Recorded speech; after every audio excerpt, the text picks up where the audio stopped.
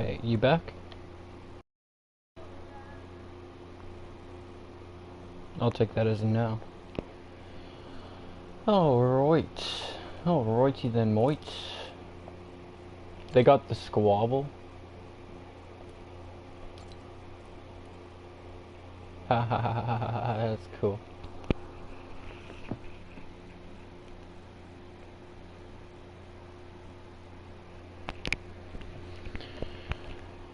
Oh, Canada, we stand on guard for thee. Bro, the skin's actually fire. I need to make a cool preset for that.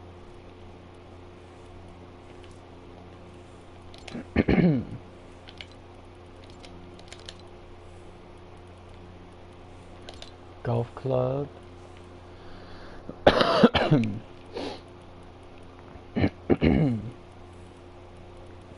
Do people see us as this? Oh, can we wear the kicks? Fire, yes. That's a fire fit. Yo, he's back. What's good, Specs? Yo.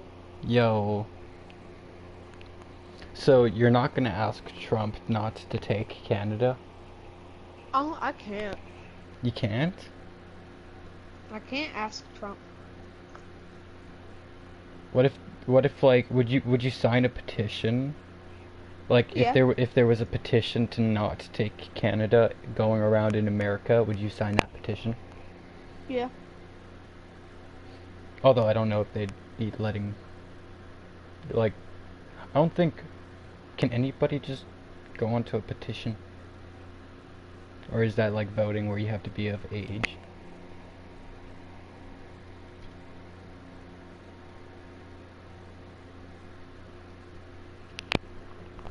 Just don't take Canada, please. I don't think I Do you know if there, do you know of any Americans in America that want to take Canada besides Trump? Like, do you know anybody no. that is like No. down with that? No. So it's just Trump? Uh-huh. Because I see like lots of clips of people supporting that kind of radical ideology. Yo, what's up, Omar? He's spamming what's up. What's up, what's up, what's up, what's up, what's up, y'all? Are we doing this or reload?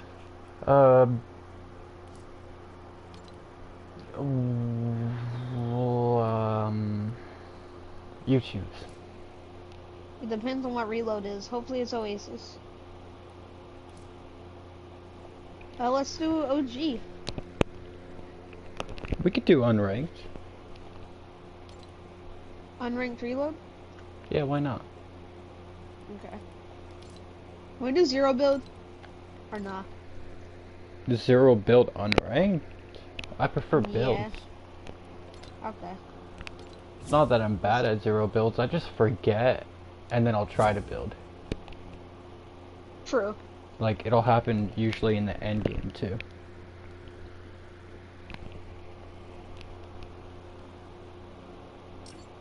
I sent him an invite. There we go. Oh, that's an ugly skin. Ew. Yeah. What are those? He's 600. Bro's the unemployment boss. Kim.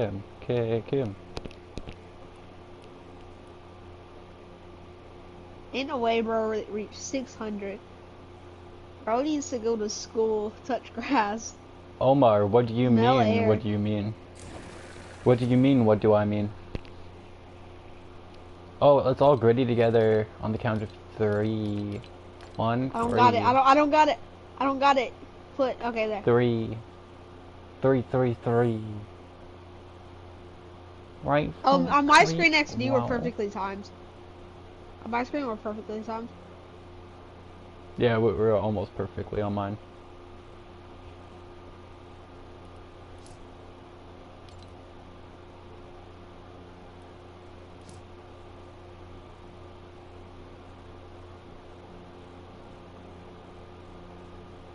I'm just confused on how you reach level 300 or 600 Well, if in I was Fortnite. more active right now, I'd be level 600. I just kind of started playing Overwatch and other stuff. It's not that Hmm. hard to imagine. I'm 439. I feel like it's It's not hard to that far level off. up inside the season. Or maybe I just don't No, play enough. no. Especially with Winterfest and stuff. True. Fortnite's birthday's coming up again. Bro, that's in like 5 months. Or even more. Still coming up. September. Bro's acting like it's a month away.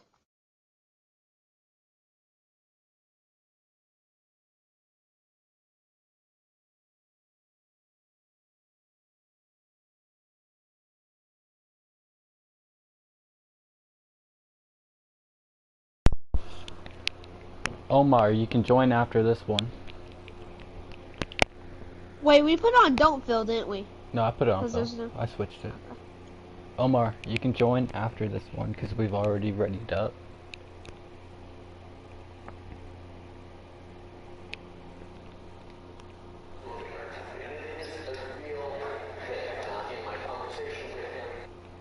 That's part of a conversation Prime Minister Justin Trudeau and business and policy leaders had at an economic summit today. Trudeau instructed the media to leave the room, but his comments about U.S. President Donald Trump were still heard over the speakers.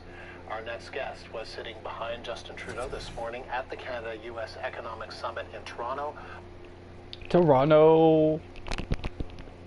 That's where we just were in Overwatch XD.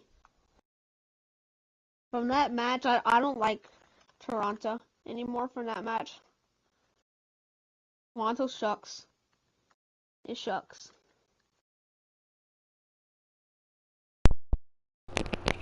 Arlene Dickinson is a member of the Council on Canada-U.S. Did he say Relations Dickinson? over the speakers.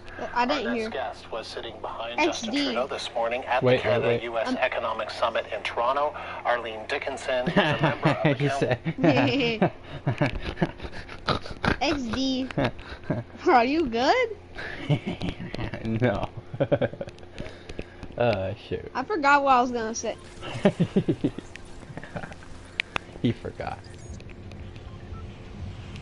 Where are we going if we mark Tilted Tower? Toronto is ugly we shit. mark Tilted Tower. Okay, that was random. That was random. Let's do it. I'm not going Tilted. By the time we get done with this game, it'll be Oasis probably. True. Let's go Tilted. In 7 minutes it'll be. I don't get why everyone lands at Tilted. It's not that special. There's not that many chests. Less people inside of unranked. We have one team coming here. I saw two. I saw two. Thanks, Not much. Andrew. So you were there when the media Still left the better room, than, but like, some of the 4 mics were still 5. on. Can you just describe the moment? What was that like? We'll see if we'll play Well, ranked what I chat. can say is, you know, whether what was We might captured play or ranked. wasn't captured, I think It's just my not fun belief is very inside, strongly and has unranked. been. I've articulated this many times It is. It's in just my different. posts and my discussions with It's no people point, that I like, do she believe can't that ready up, or I objective of can't Donald level Trump up, is my to bad. take over our resources and to get access to them, and so I think that is absolutely what he's intending to do. You heard that? Yeah. Trump wants I our knew. resources and stuff. That's what I've been saying, right? The oil and all these precious And metals what I've and been minerals and agreeing stuff. with you on. No, you said I sounded crazy. You don't agree. You didn't agree. No, I didn't. You said that I Bro, sounded can I crazy. get a shotgun? I've searched like 7 chests. I have a And it's all- gray Maven. I hate it. Ooh. What?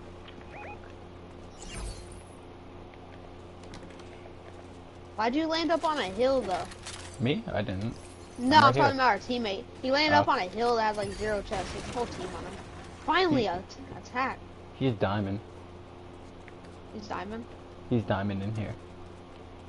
That's decent. See, the thing with becoming Unreal is we just expect everyone to have the same Unreal gameplay as us. On me. Any help? I'm trying to loot. I have the worst loot ever, bro. Yeah, but I need help. I got one on me too. Cracked? Nice knock this one. I cracked one of them. finish this one, but I Why kind of didn't- ran out of max in the middle. He's of it. running. There's minis in here. Okay, no, you don't need it. Ooh, pump. Master. Master. Bro, why do I randomly think of the stupidest one? I was watching this video and it was like Turn His TV On by like Kendrick Lamar. And it was just like a whole remix of it. And it was like, catch up for some weird reason. And it was like, turn his TV on, turn his TV on. Ow. That hurt. You think, I mean, it wouldn't surprise you that the Prime Minister said what he said? It would not surprise me, no. I want to ask you a little bit about just No because chat, I have I'm no trying to mic. understand. I'm So communicating with my media buddy knows- here so you're there, via you're sitting behind the Prime telepathy. Minister, the media comes in Yep, for some opening guys, you remarks, heard it here and first. then the media is asked to leave, and this is the kind of thing that happens. Can you just tell me a little bit about? Matter of fact, I'm about communicating that? with all of y'all You know, with and telepathy. What kind of, He's not actually were even you streaming, told guys. that you can speak Matter of about fact, what was I'm not said, even that you human. can't? I mean, can you just tell me? A He's little not bit about even that? real. He's Yeah, not I even mean, listen, imagination. Andrew, I think Watch what this. we wanted to Oh, accomplish, shoot, and never what mind. was trying to be accomplished, was to have you a very almost open deaded? discussion No. where people were able to speak openly. Never. There's never been, and not since I've been on this council, has Never, there ever been never, a moment never. where I have been told what to say or how to say it or what I could talk about. I've always, and I think me. even today, we were all counseled good? to, speak I'm from getting our I'm own getting shot at by experiences and real speak and about what we bots. care about with this country and to speak about My what favorite matters weapon in to, this our entire country game and to has to ourselves. be So this freaking there's never twin been mag. any, This thing can do great any damage from like sense a that we mile could away. talk about what we 100 what we meters. believe. So, okay, because I think that's important. So I think, so basically the idea of, all right, there's going to be You some good? opening remarks. What and then the real media's I going think to on me. leave so that the Prime Minister, Ain't no you, way this dude other died to business a bot. leaders can speak a little more freely in the sense that you're not going to be captured on camera. Oh, shoot. Turned into He almost stories. Is that kind of the motivation No. for that? Never. Yeah, I mean, I think many people I aren't just comfortable floated being in front of myself. the camera or being recorded, and Oh. I didn't even know you could do What that. we want is honest, open either. conversations. Not that You just people taught me are going to something be new, honest Steve. in front of the media, Huh? Andrew, but you I can said, you imagine just taught me that what we something new. want is Me too. what we need is to have XD. a dialogue where people are Huh. feeling that they can speak freely. Now, I don't think there's anything that was said in that room, however, that isn't already being said out in the media in terms of what people's Oh, I views thought are that was of the what's man that happening was in the driving country, crazy. what we can do to help pushing the this country move side. forward. Yeah, I just You are? I just think it's important to kind of Okay, just so I'm coming. understand exactly the context. This isn't some kind of hot I mean, it was caught. Seven, Like, it's 40, not, 40. 36. we're not You might be saying weirded out by the we're fact that I'm reporting using a on twin this. mag It for is a long range, recording but of the Prime you pick Minister one up, is you would know. speaking, and as I don't you got any said, transportation, you've never been XD. told It's gonna you take can't me a sort of moment. speak about what was said. I mean, it's all There's kind a few of open, them. right? It's not Pushing a top on you. secret meeting of any kind, right? Knocked one? No, it's not framed as a top secret meeting. It's not, as I said, we are all, I have not had one time, as I've mentioned again, and I'll say it, I think it's important to say it. I have never been told not to say anything. I have said whatever I feel and believe in, and if anyone reads my LinkedIn posts and my other posts, they'll know that I do nothing but direct and clear about my views on many of the things that we're facing as a nation. So, Arlene, today, now, Canadians are kind of listening. I mean, we know that the Prime We're Minister gonna move has up a said this bit. to premiers. Watch out, Steve, you're being shot at. You're we- being shot We down. know that the Prime Minister has made similar remarks to opposition leaders, and now Canadians are hearing him say it to a group Here's of a grappler with leaders that were 5. at this summit today. Okay, I'm So, coming. what do we do with these comments? Now it's coming from the Prime Minister of the country. Right? Ooh, Lots of man. people have had different interpretations about what Donald Trump's intentions 83 off this are one or gliding his with the mammoth. ambitions are. What do you do with the Prime Minister Knocked one out of the saying air. that he Nice, I broke the believes launch so this they can't leave. is this idea of trying to absorb or annex Canada and make it into the Nice, I finished the dude that you knocked. He wants to absorb and annex Canada, which means basically just take Canada.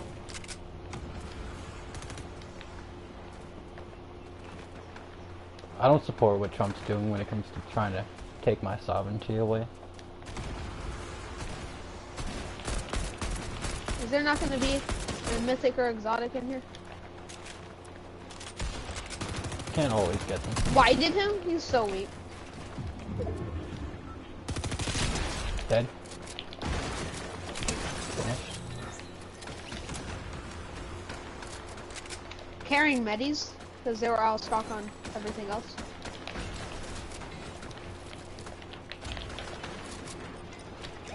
Oh, there's people inside this wood. Chat, I'm not sure which skins you're referring to.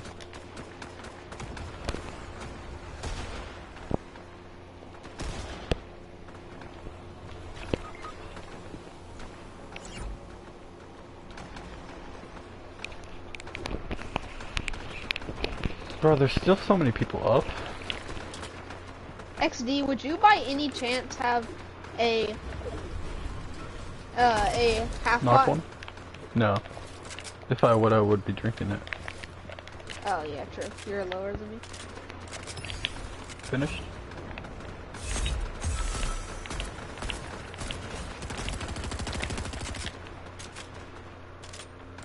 You got any SMG ammo you're not using? Or are you using Yep. SMG? Yep, I got you. Why is he AFK? I don't know.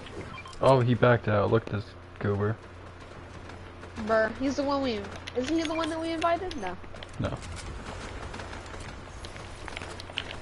Thanks, XD. My only long range has been SMG because I haven't found anything else. It's actually doing me pretty good. These are bots fighting.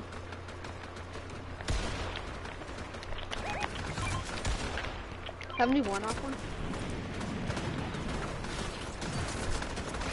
Where are you going, XD?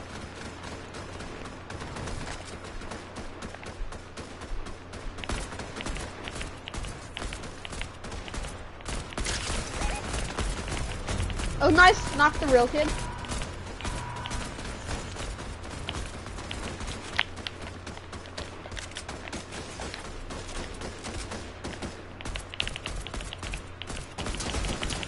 XD, can we go push that? There's someone behind us right here. He's one. We have to focus him. Behind us. Specs. Sorry, wait. Where's he at? Right there.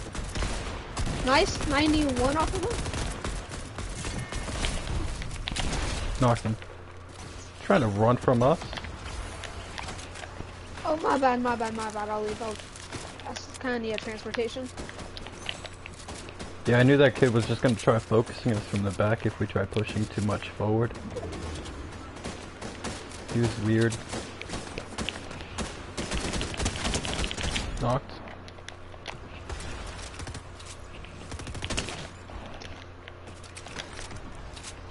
I got launches. I got 10 of them. Nice. Launching. Where are we going? Hitting it? Launching. Sorry, it's the, I'm trying to hit these shots. I'm going crazy with the mammoth, but I don't got much ammo. There's just Launching. a floating painting. I'm staying here.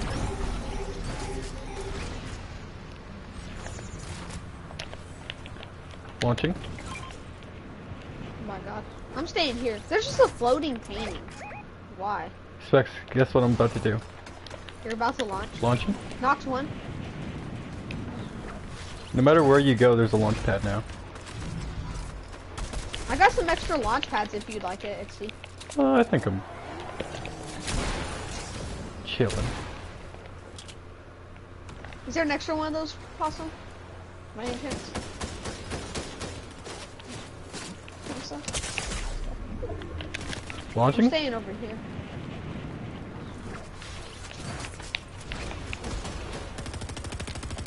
Knock the kid off the staff with the SMG.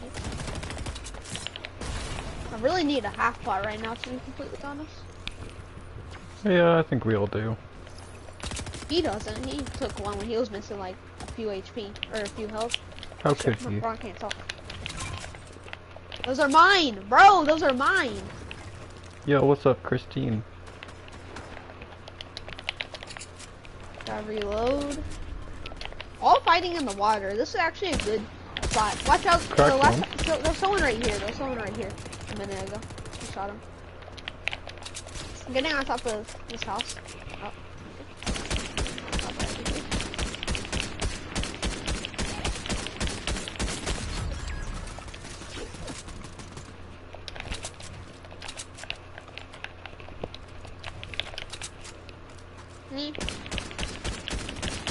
Trying to push right over here, right over here. Oh, whole team over here. Whole team. In this. One's still inside the house and one's like right over here. 16 off that one? 16. Oh, someone inside the house still. Oh my god, it's deer about to die. I got mini still. Okay, good.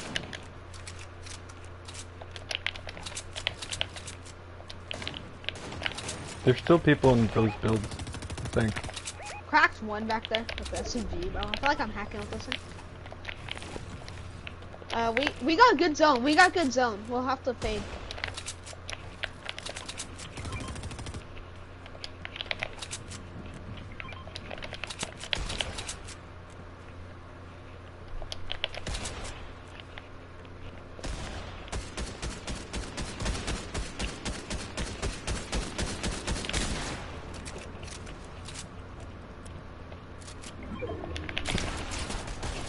$91 off of him? Cracked him, cracked him. Gliding. I see him. He's going for our buddy on the supply crate. When they're pushing, they're all pushing. Both pushing. Knocked him.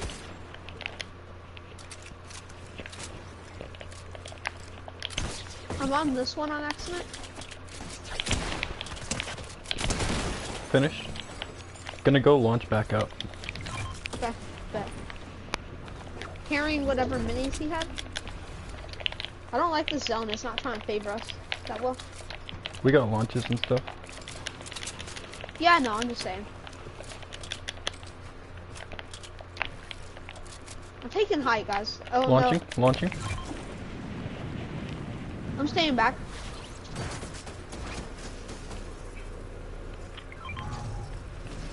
I got next zone. Coming over to you, XD. Starting to put up some defenses.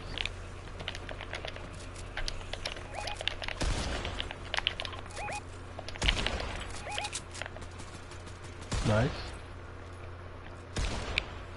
I'm gonna break that supply crate, yeah. Dude was about to hit that launch. That is funny. Yeah. He had to grapple last second. I knew someone was. I knew someone actually was. That is hilarious. Below us, below us. Hurt one. He shockwaved his buddy back. Crack that one, crack that one. That was crazy.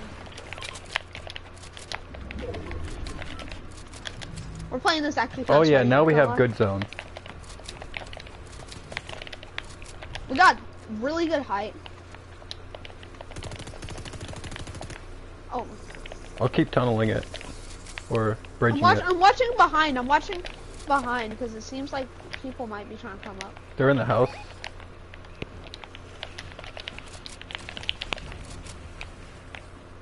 On top, they're coming on up. top, They're coming of up. us. They're coming up. Yeah. No, they fell down or they didn't come. Fade back some more, zone.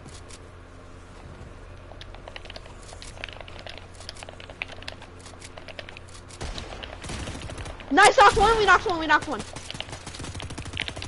Bro, you blocked it. I'm trying to get the finish and you blocked it.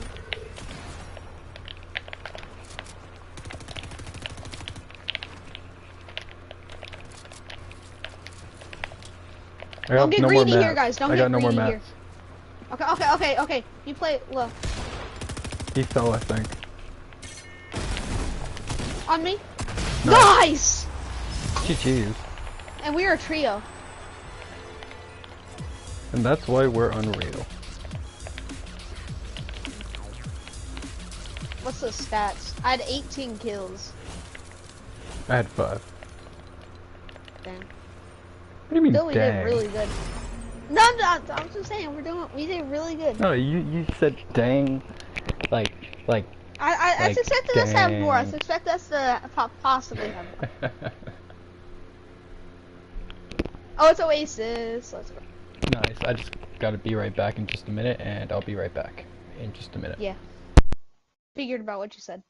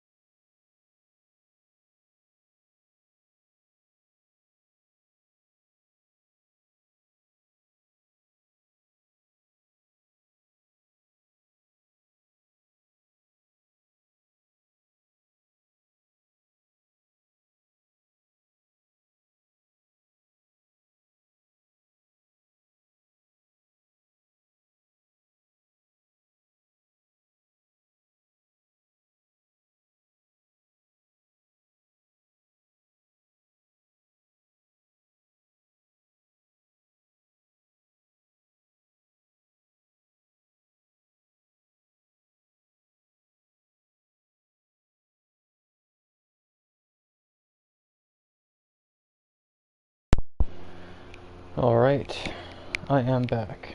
Okay. What'd I miss? Nothing.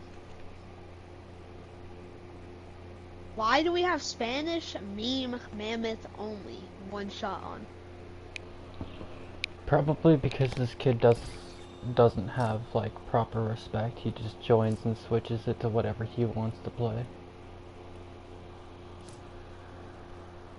Like when we do custom, or like when you do fashion shows, people switch it stuff. Yeah.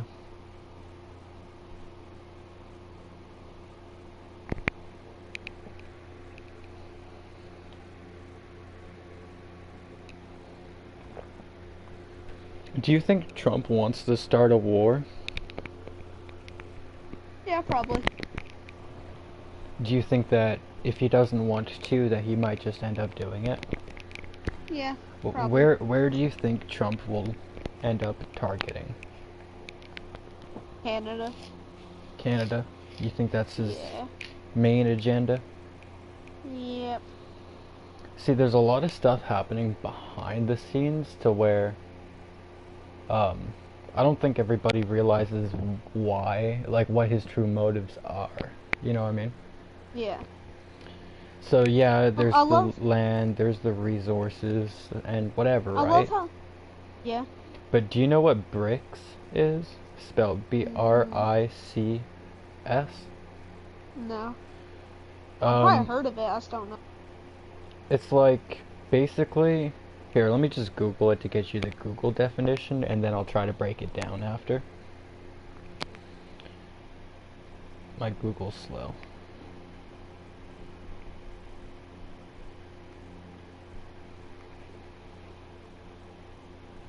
BRICS is an acronym for Brazil, Russia, India, China, and South Africa. It's an informal group of countries that have become an intergovernmental organization. The goal of BRICS is to increase economic and geopolitical cooperation. Man, I can't speak. Among member states. So, basically, America dollar runs world, right? Bro, we're on pit now? Should I kick him? Yeah. Should I kick him? I don't care. What I find weird is that it's right after you said everything about it. God, I feel like you should have known not to change it. But yeah, as I was saying, America dollar basically runs world, right? Yeah. Well, these places don't really like that America money runs world. They don't want America to, be the leader of the economy, basically. You know what I mean? Whereas America, that's what they want. They want to be the leader of the global economy, right? Well, this organization, BRICS, is actually growing. And if you think about it, just two of the places within BRICS, India and China, that's almost half the world's population.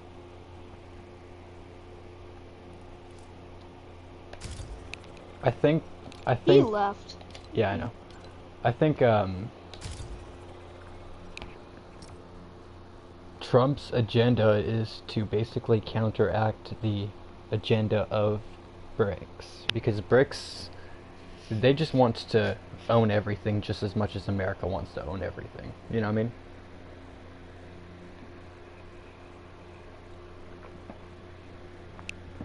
Because it's not just America that wants Canada, for example. There's other places that would love to have that Arctic passage to themselves. Because of how much trade goes through that Arctic passage. Because when you think about it that way, if you can control like a huge trade route and you're profiting off of that trade route, then that's like big money for you. Yo, XD. One of our randoms is rocking the same skin as us. And he's got a crown. XD. Dude, it was meant to be. Are you sure that this is that this ain't other dude? It was meant to be. It was meant to be. He's literally got a crown. But yeah, no, if you really think about it, these are places that America is not really too fond of. Well, besides like, well, some of these places like China and Russia, right? Like, Yeah. if you think about like the top 2 places that America does not like, what would you say they are? China and Russia. Exactly, right? And they're both part of this organization with you know India, Brazil, South Africa.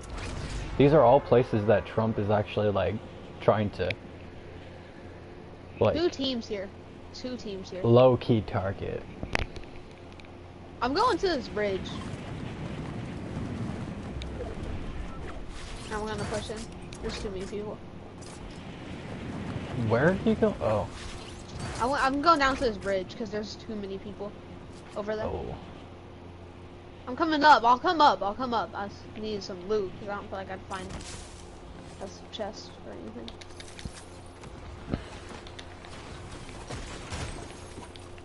I ain't scared. You ain't scared of no ghost?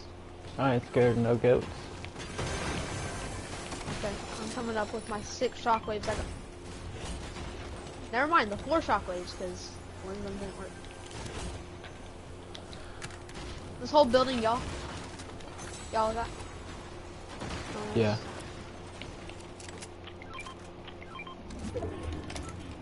You think that America will go to war with Canada? I don't know. What do you think the results of that would look like? You know, if we're Pretty talking bad. hypotheticals. Pretty bad. You probably wouldn't Bad have for much both trade sides with or y'all. bad for one side in particular? Probably bad Like, for both, because like trade would probably be gone. yeah. Like, I mean, not just wouldn't trade, have a lot of it's y'all's- not just that would, Yeah, it's not just tons that of that other. would be affected, but that's one key factor. You know, it would be really hard to build your plane parts and ooh, an AUG. all that kind of stuff. Brought an AUG. I think I'm winning this. You know how Trump said many times, we don't need their lumber, we don't need their trees? Well, with all the forest fires and wildfires that are already happening in America, I don't know if it's the greatest idea to start cutting down more American trees. Maybe it's a good, Yeah. maybe you should start importing more lumber, if anything. Import more lumber I and feel like preserve your Canada and land. America would be great friends if they would get along. Canada and America has been great friends throughout, like, a long history. This is just Trump trying to ruin that relationship for some reason, and then he's gonna make us seem like we're the bad guys. Y'all aren't. You know what I mean? But that's how it's gonna be made to look, because when Canada has to retaliate against whatever Trump decides to do, you know what I mean? As Trump grows more radical and Canada has to retaliate, Trump will twist the narrative to make Canada look like the enemy. That's what they done to Mexico. Did you know a large portion of America used to be Mexico? No. Texas, California, LA. Oh, like that. Yeah, yeah. Like a lot of America, a lot of the land used to be Mexico. That used to be Mexican land. Yeah. And do you know how that war basically like happened? Yeah. Yeah. It's deep. I think America doesn't want just Canada. They want everything. Wait. Do you want that or this? That or that? I'll take that. I don't like the scope. Yeah. But yeah, I don't think that like if America wants, like, they don't want just Canada. Oh, being shot at. Fossil Fields area. Cracked one of them who was shooting at me. They want like the whole thing. I can't push with R2. Like America, Greenland, the Panama Canal. Like, where does this Trump conquest end? Like, this is just the Yeah. beginning. Where does it end? Is what I'm thinking. You know what I mean? I'm hoping when he gets out of office it ends. and we get. What That's if in it's 4 just years. downhill from here? What if he... I think I heard something, and I don't know if this is true, but I think I heard something about him trying to... whatever's in the Constitution, or whatever amendment it is to where you're only allowed 2 terms, I think he's trying to switch that. I think he might be... I think he might get a 3rd term if he switches that, which is gonna be crazy. And then if that happens, he's gonna make sure that he gets rid of any of the opposition. Pushing us, pushing us. We need help, we need help, we need help. I need help. I'm here. Is there I'm literally here. Wow, go.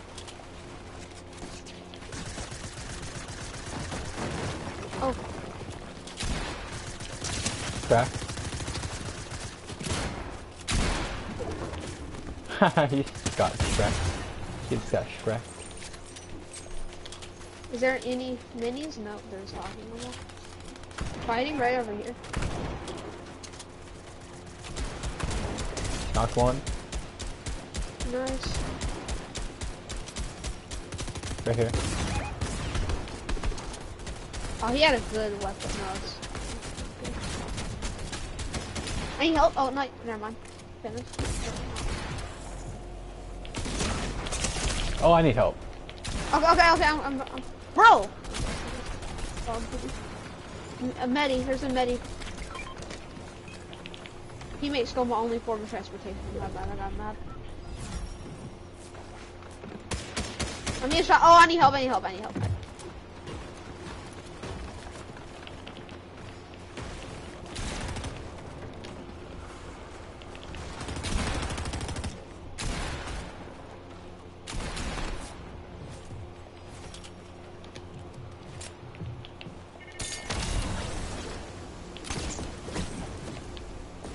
XD, is there medis where you have that one still? Or no? I have one. I'm just pushing into zone. I'm about to die.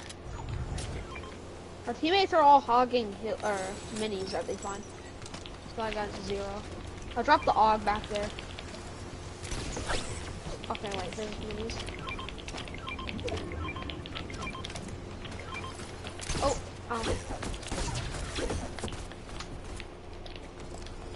bro, this is massive. I'm on him. Okay, I'm pushing. I don't have a grappler anymore. Why did? Poplin's medi. Dead? Poplin's medi. Nice. Poplin's medi.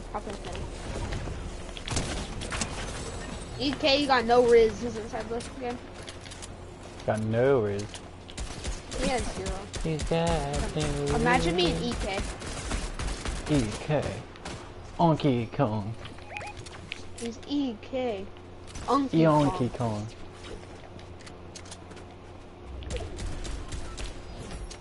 But our instant reaction next to you is to break him down. Amen. I got height. Sorry, I'm helping our teammate. I'm pushing. I'm trying to get up as far as I can. I don't got a grappler. Yeah, I'm gonna have to grapple down. I'm coming back up. Okay, I'm gonna grapple up then.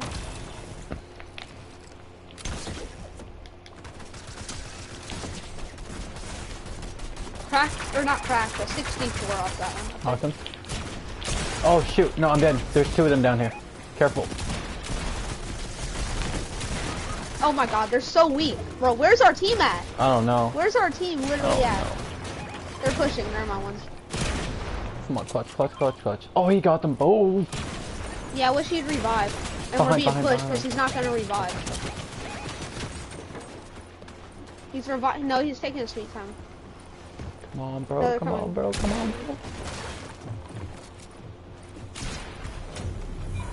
Reboots are ending. Where's our other guy, though? I don't even know. Yeah, I guess respawn ourselves. I'm gonna die anyway. Yeah, because we're not gonna, if we waited, we're...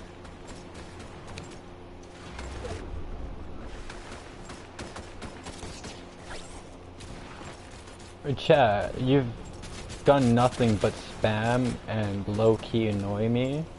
I'm not sure if I want to play ranked with you.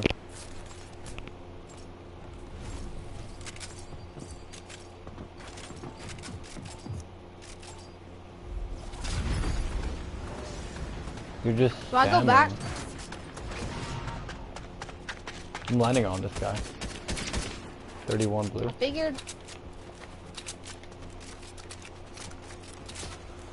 I took your stuff, my bad. I landed on something because I needed to. Okay, I'm coming back down. Whited. Pop in a bandy. I'm gonna die. Please don't die. Please Fully don't die. finished. Fully No, I'm dead. Oh my god, I'm coming. I'm coming. I'm having to Bro, pop up. I had like 0 seconds left on that bandage. It was The basically XD, done. you're gonna have to. You're gonna have to 100% just respawn. I will. Right now. Right now. I'll do it at the last second. 3, 2, 1, now. There. I'm dead. I'm not surviving this. Don't die, don't die, don't die, don't die, don't die. I won't. It's 5 tick. It's a 5 tick. Close to this. Close to this. I was gonna see if I could wait it out. 10. 9. Okay, bro, if you want to play, just don't spam. I already understand you want to play. But don't get annoying with it. Just be patient.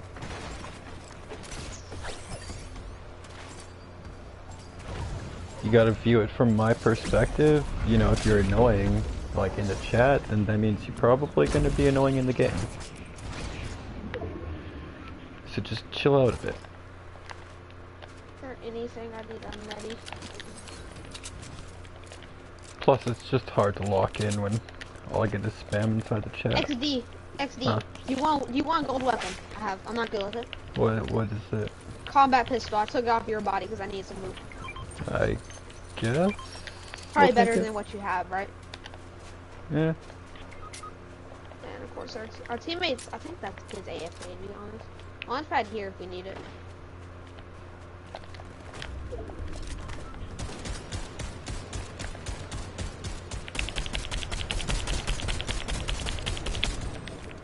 I cracked the kid off this guy with this AK.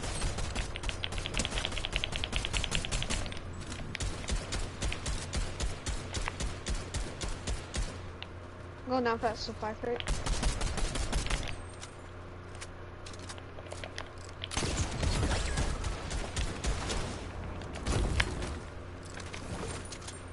Yeah. XD, do you need anything? Oh, watch out your toes, watch your toes. I need my toes. Here, we pop all these, Let's get high up here. It's us versus other people. You don't Other say. teams besides us. Yeah, Us figured. versus other people. I thought I was against myself here. It looks like it's a 3v2v3. Oh my god, I just got white, I just got completely whited. There's a kid in the back with the mammoth, he's insanely good. Not gonna lie.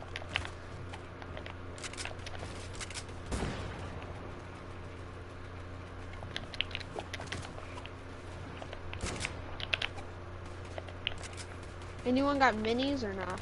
No. Check my last one.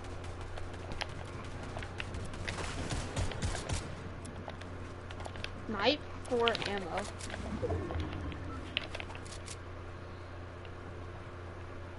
Oh, There's 3 of them in front of me. They're fighting. oh my god, that mammoth dude. Our teammate's too busy typing in the thing asking for ammo. The only thing our teammate's doing is asking for ammo. Facts. They're pushing. Yeah, no, I'm dead. Why is he not rezzed you? I don't know, he's busy typing. He's busy just typing. The entire time we were fighting, he was typing, I need sniper ammo, I need sniper ammo, I need sniper ammo. Bro.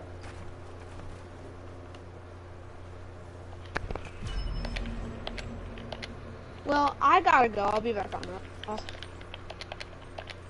Alright, I'll catch you in a bit. Yeah, later. Oh wait, let's drop. What's in shop? What's this show? What's our anime club? Eh. Bid. Bunny shoes. Bunny shoes. Bunny shoes. Metallica's back. More Valentine's Day stuff and boringness. Okay, yeah. Later. Later. Oh yeah, I gotta leave.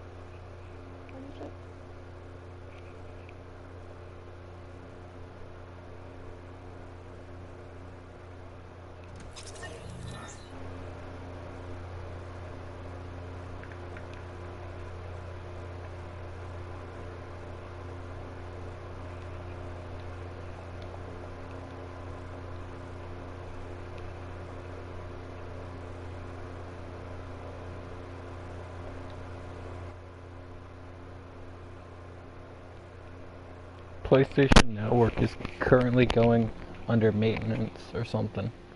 I don't know if that's going to affect my gameplay. Or if I'll be able to even continue to play.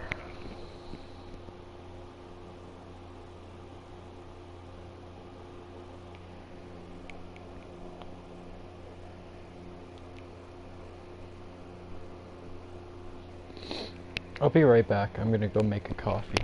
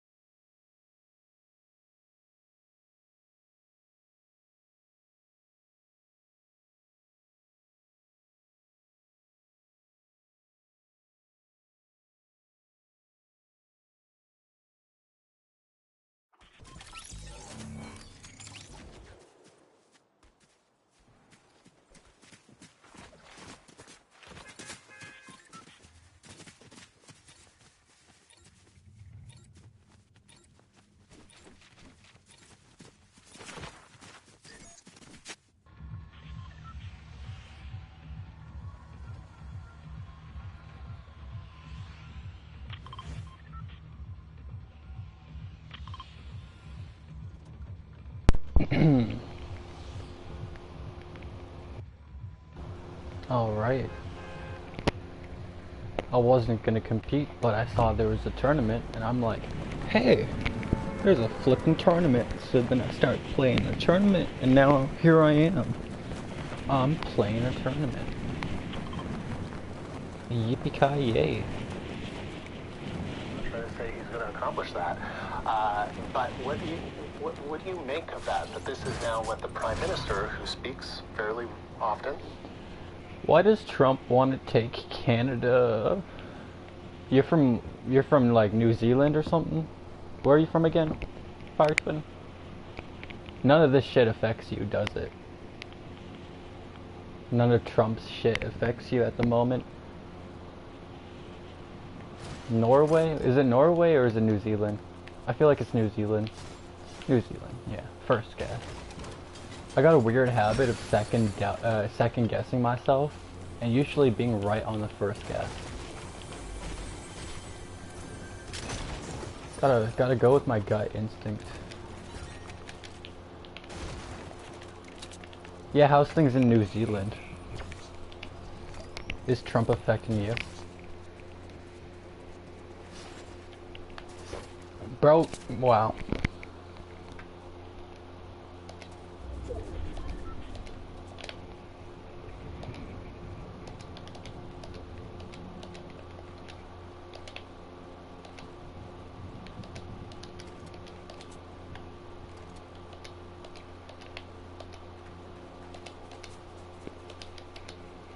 Self-promo time.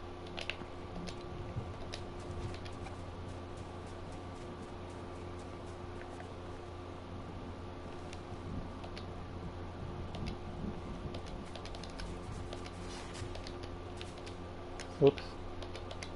Whoops.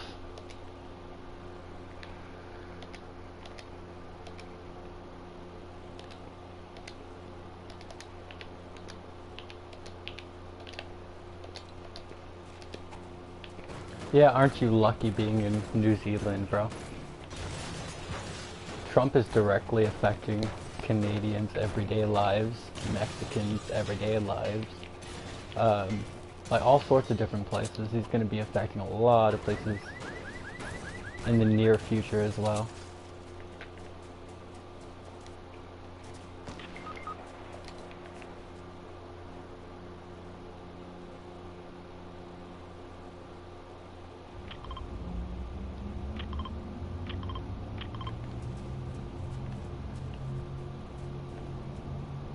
I should just hide, right?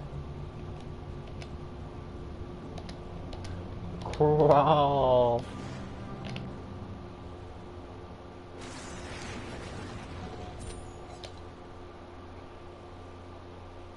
To the window. To the wall.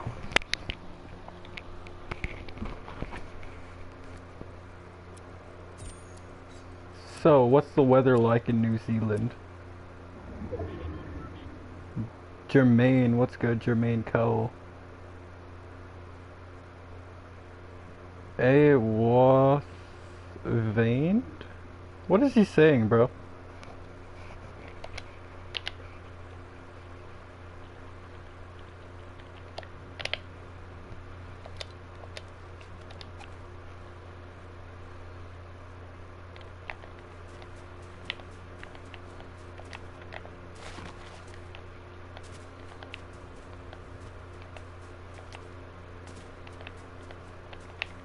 $23 degrees? Damn.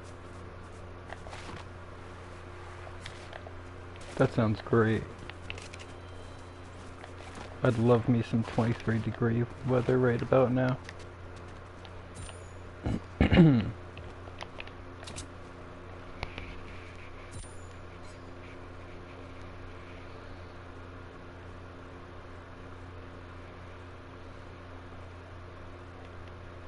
I don't know what he's saying.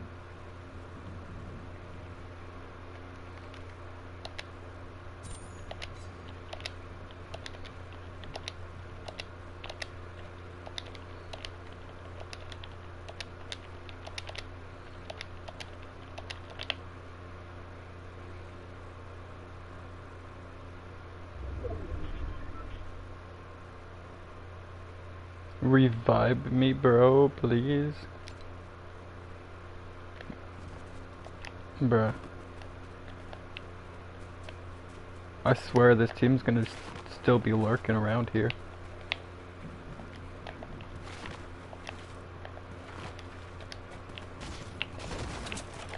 It won't let me sprint for some reason. Keeps not wanting to let me sprint. It's 23 degrees here, but negative. Or probably something like that.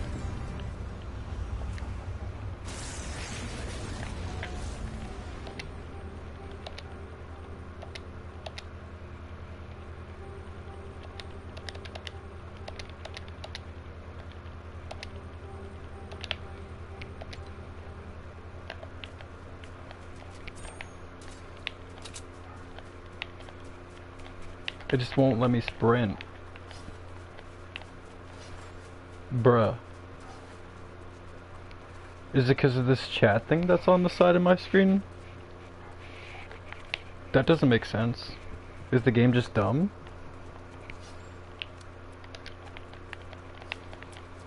Is there just no sprints in this mode? No, he's sprinting. I hate this game. I could sprint just fine earlier. This is crazy.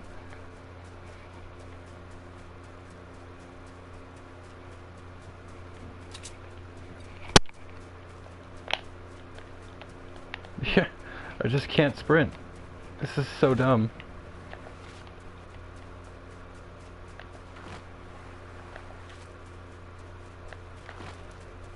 Is that a bug, chat?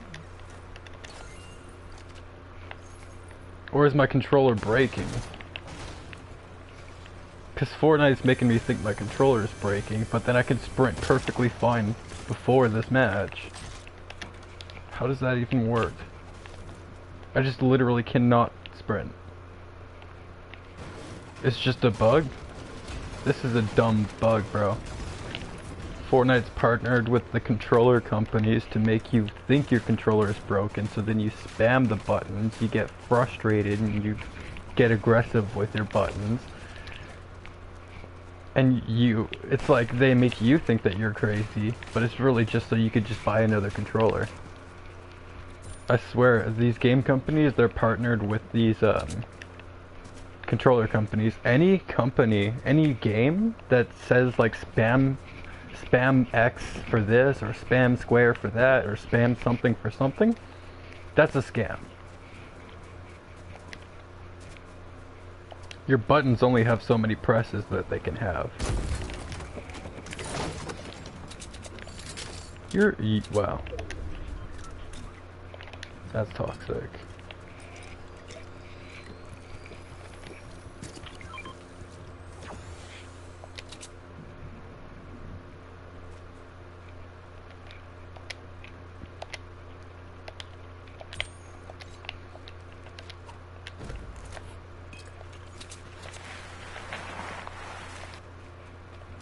He's not getting my sniper ammo.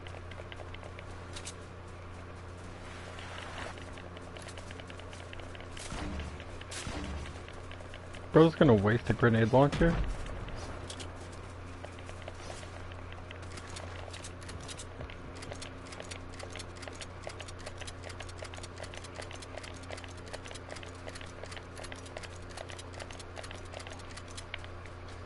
Yeah, I just can't sprint. I keep trying to sprint, but I can't.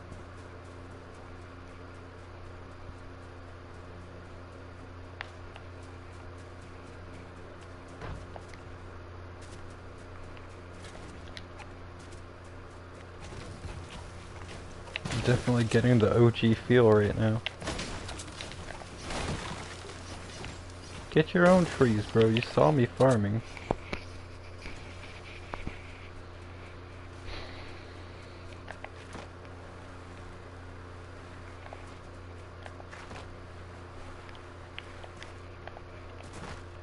You think that might work?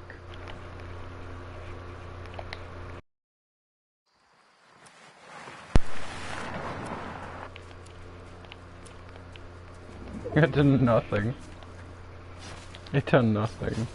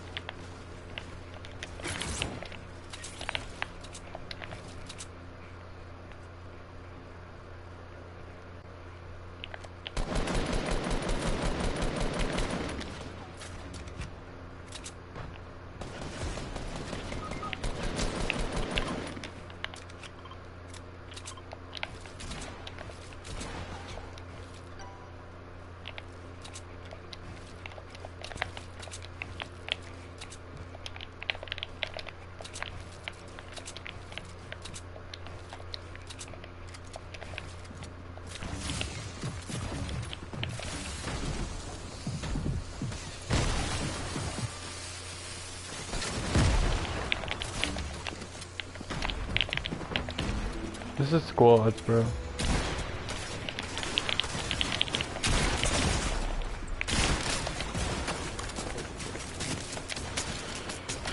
This game's so dumb.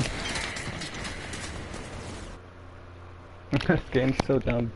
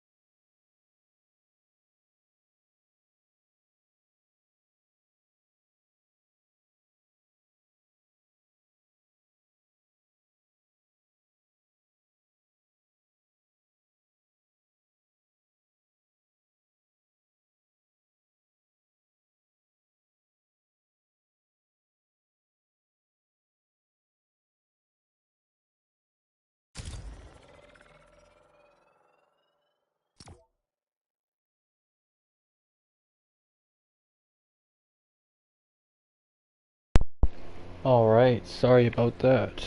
I am back.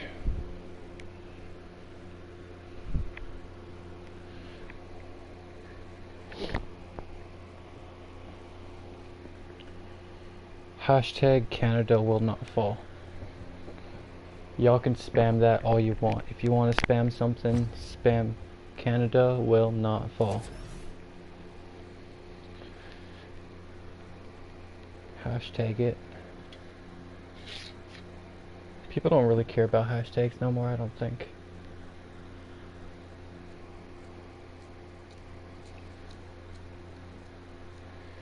How many woodchucks would you chuck if you were Chuck Norris?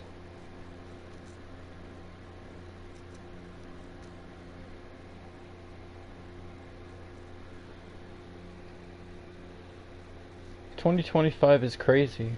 Trump as president. We're supposed to be bringing back mammoths this year. GTA 6, I think, is supposed to be this year. Squid Games Season 3. Yep, 2025. Or did they push back GTA 6? Or is that yet to happen? They're gonna push it back.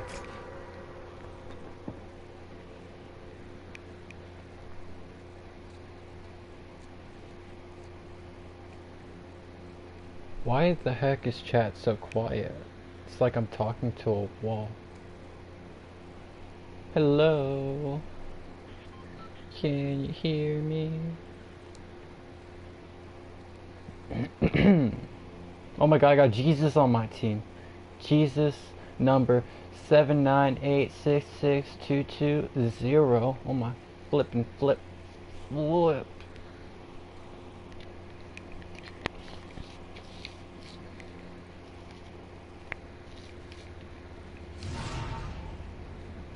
I never even noticed how cool the glider sounds.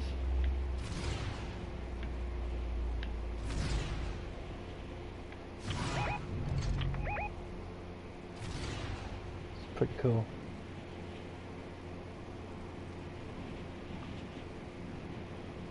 Where should I go?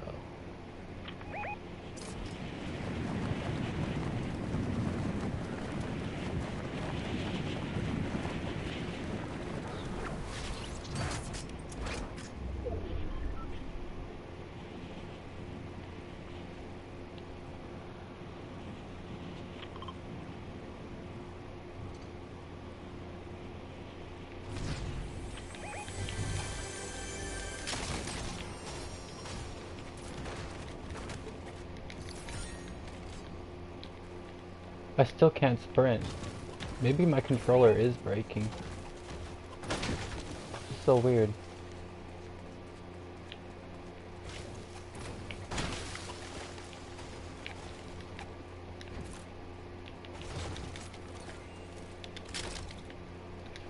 If it's a bug, I don't like that it's persistent.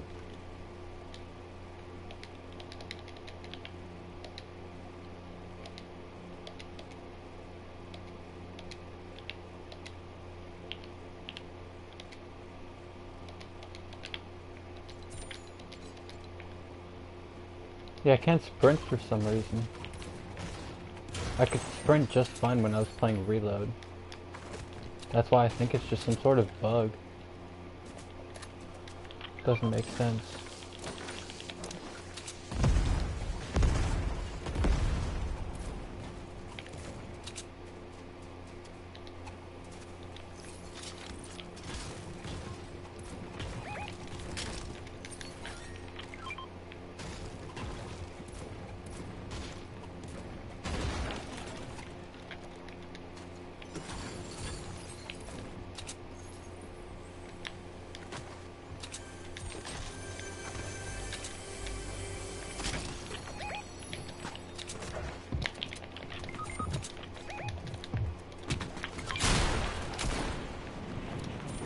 I'm dead.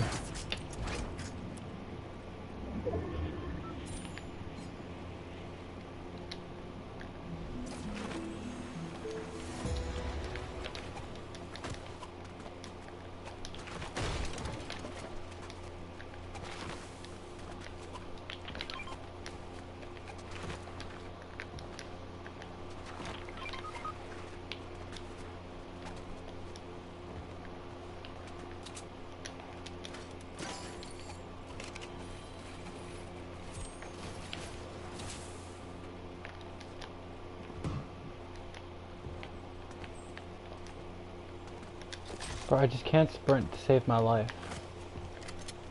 It won't let me. This game's broken.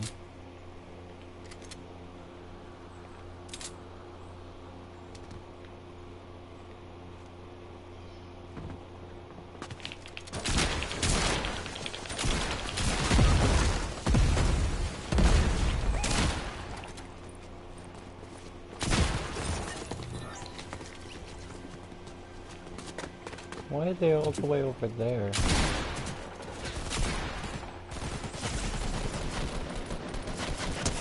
Okay, they're fighting people.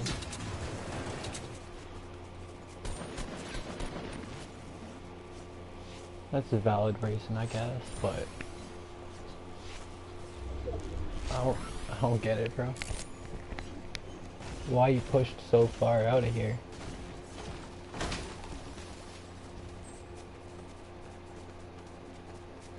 They all would have had to came to frickin' frenzy anyways. At least they got them. But there's still that other guy that got me that they're gonna have to deal with. He's probably gonna get his buddies back.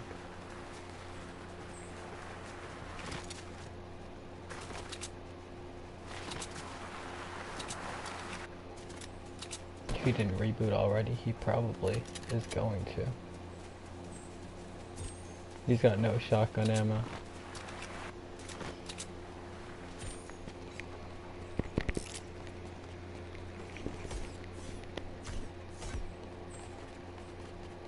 Bro got 0 builds from that.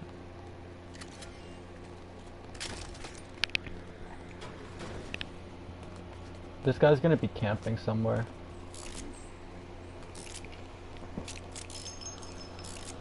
He's probably waiting for them to reboot me.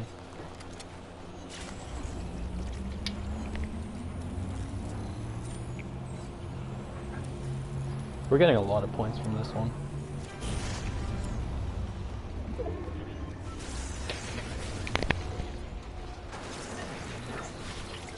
Nice.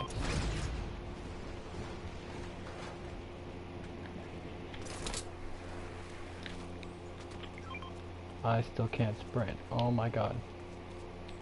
Sprinting makes me walk slower for some reason. This is so dumb.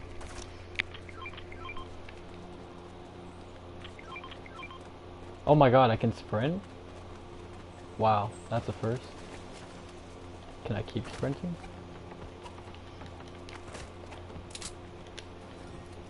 Did it just fix itself after I got rebooted?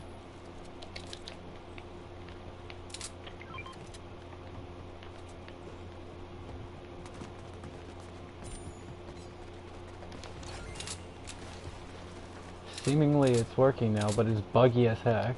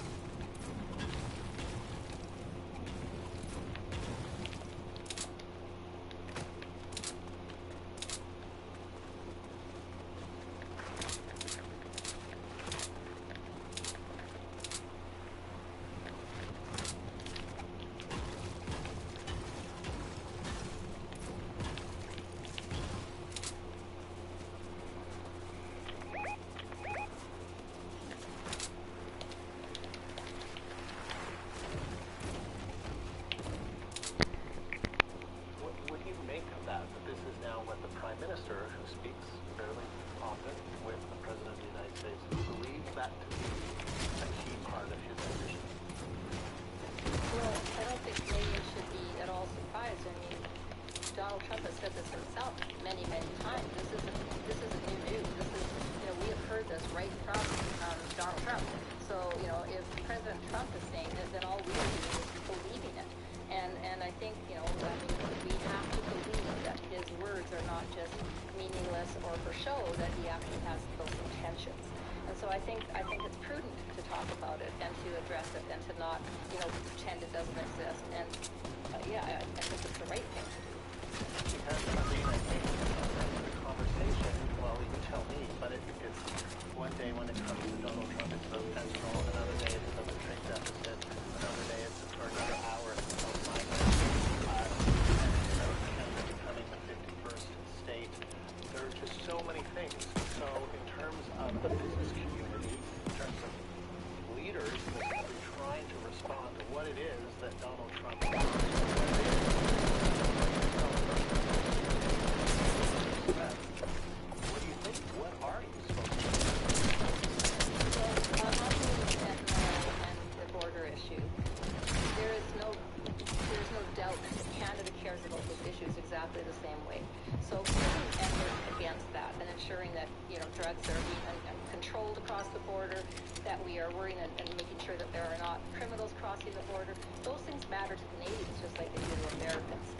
So paying attention to those comments, yes, we need to, and we have, and we're working on those things, and money has gone to border protection, and, you know, the fentanyl, it's a minor thing for Canada, but we're working to make sure that it goes away. But at the end of the day, everybody clear that in order for you know, Mr. Trump to be able to put in the tariffs, he needed to be able to say there was a threat to the United States. That comes in the form of fentanyl and border protection. And so it is a distraction. It is something that needs to be dealt with, but it's a distraction. Bro, I suck. And access to having Canada be I part suck. of, you know, the United States. Now,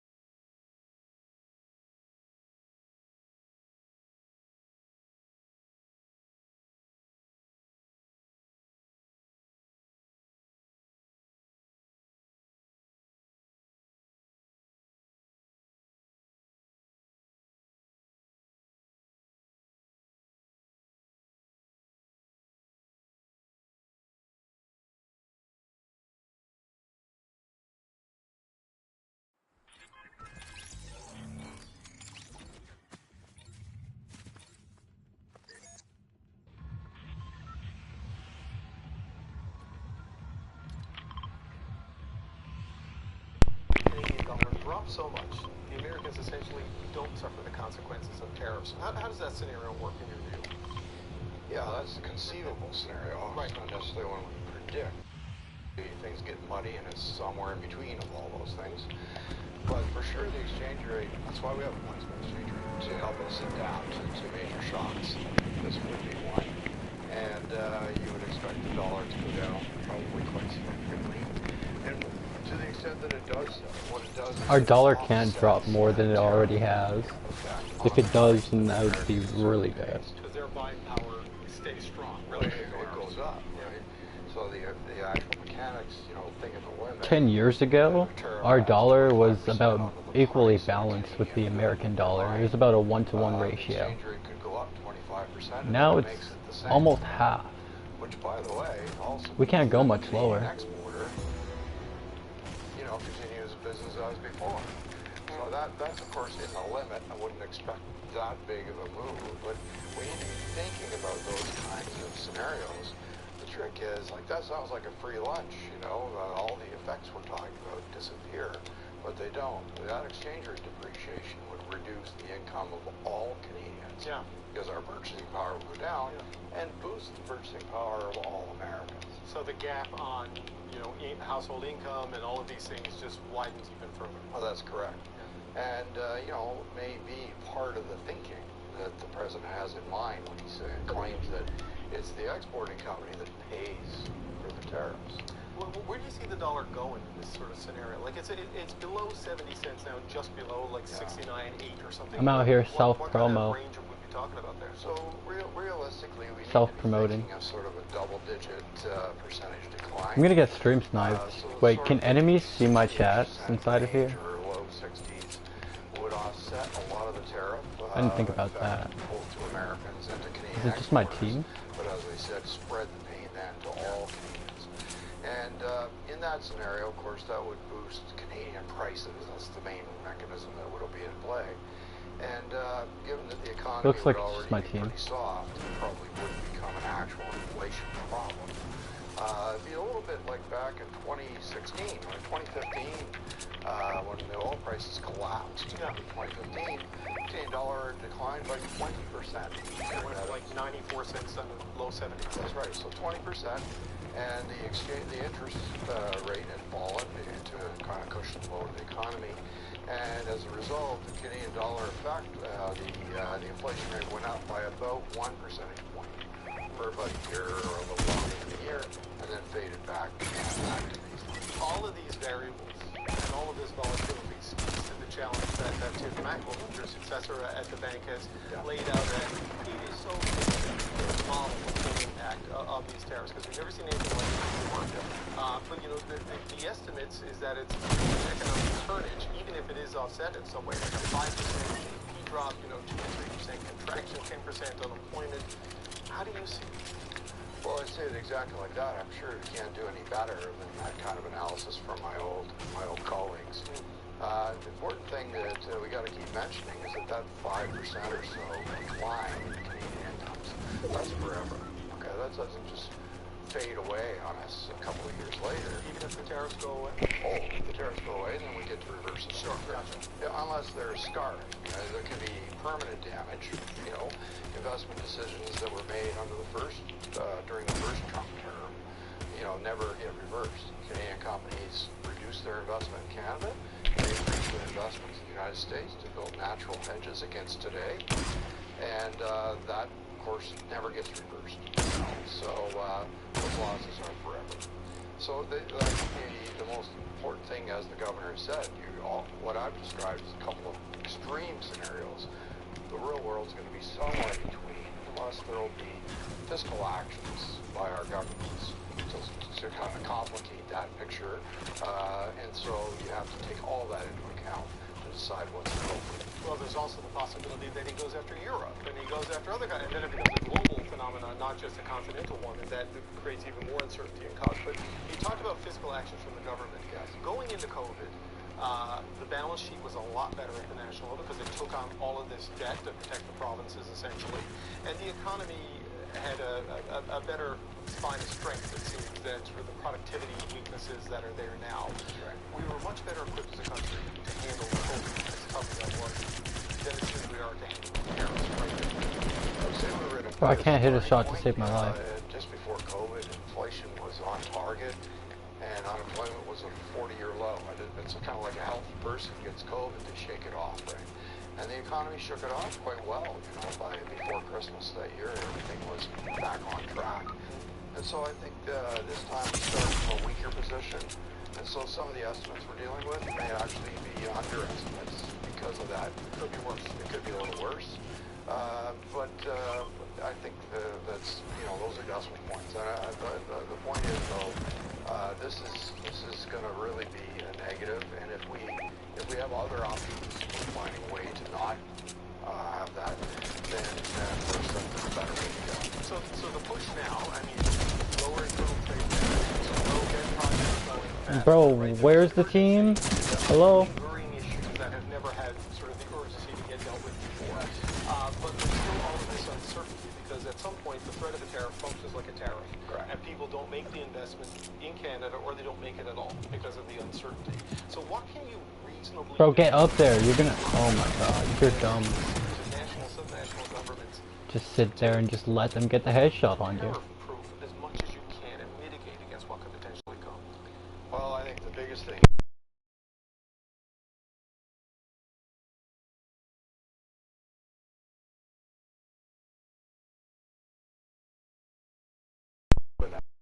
we could offset the entire effect, potentially. We could maybe get the president to... Jonesy kind of buff, Loki. Came to the table with the big bump in military spending that he's always been looking for. There are things that we could consider doing, and that would be great if that happened. But the fact is, we can't pretend this isn't happening. And as you say, just the threat will cause investment to be lower, and maybe have those decisions like last time. I'm in the top 10,000. I'm in the top 10,000. Assets on the ground in the United States. Everyone can Today, eat my butt. That's a big investment. That's more than the Americans have invested. Out of how in Canada many by people, far. though? And so that kind of is a natural hedge. And of course, companies have learned. Here it is again. So maybe we should do even more of that. So that means the economy will slow regardless of whether the tariffs go on or not. And I think the Not best many solution people, then only is a couple to focus thousand. on investment. Those are headwinds to investment in Canada. We need to overcome those. That's not that headwinds good, actually. and bring policies to truly incentivize modernization. I have barely any digitalization of points. companies, embracing AI, etc., so that we are more resilient the next time. Is this tax credits, overall tax breaks? I mean, what are you talking about there, incentivizing? Because the uncertainty, they're going to need a swing. It's Friday night and nobody's watching the stream. I feel like this channel just kind of fell off out of nowhere. And it's from the IRA, tax credits from Biden. We need something that's bigger, in effect, in order to offset that uncertainty premium that's there. And I think of it as, that kind of like giving people a fishing rod. Because it performs forever, as opposed to giving them a fish today and then another one tomorrow. I think if we focus on that with our Maybe too much politics. as they are, that'll pay off better in the longer term and make us more resilient.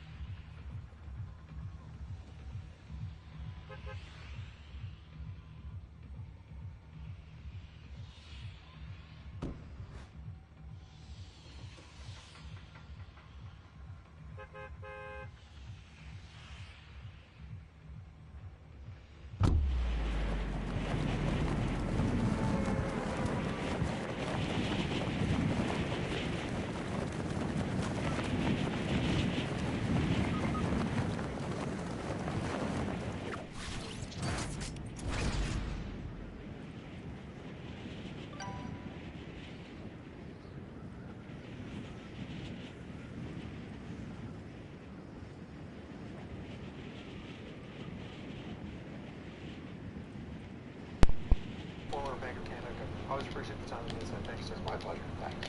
The Prime Minister thinks President Trump is serious when he says he wants Canada to join the United States. Justin Trudeau said that privately to a group of business leaders, policy experts, and politicians in Toronto today.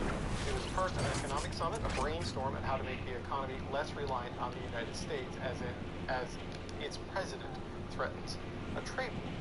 Well, Goldie Hyder was in attendance there. He's the president and CEO of the Business Council of Canada, and he joins us now.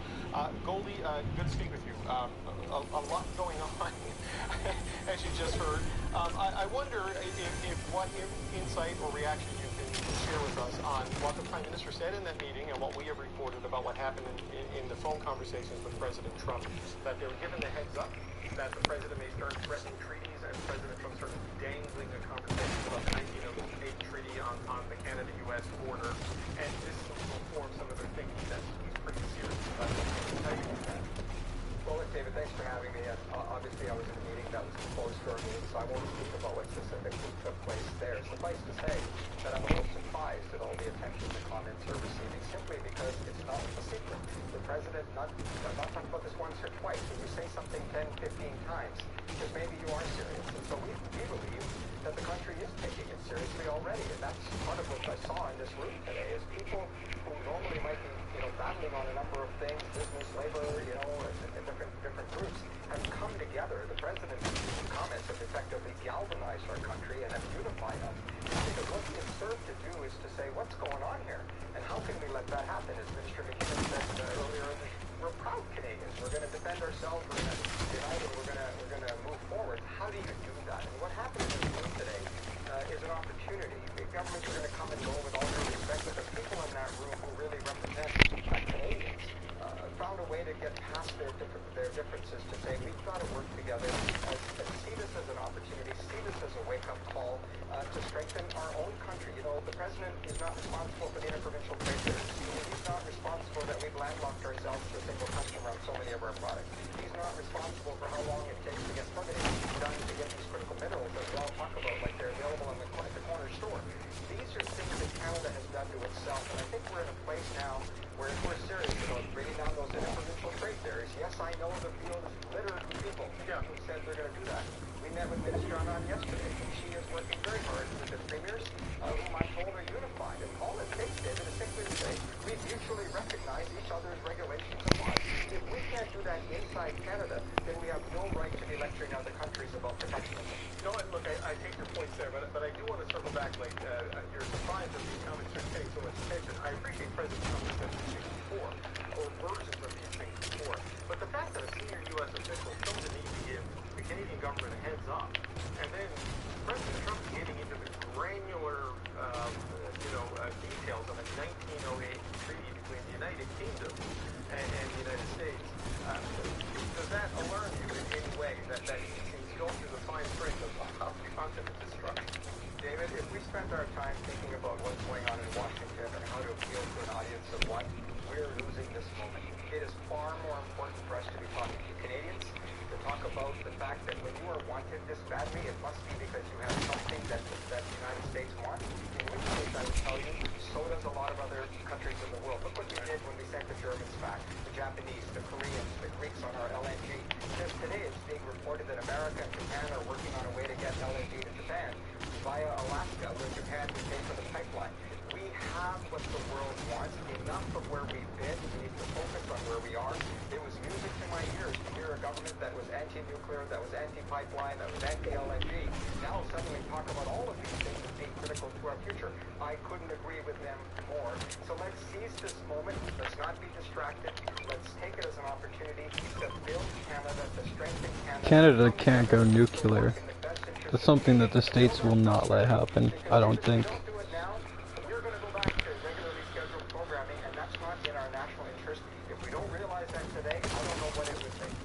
Look, as someone who's been on the air too much lately, I wouldn't mind if it's regular scheduled programming. I take your point on the economy.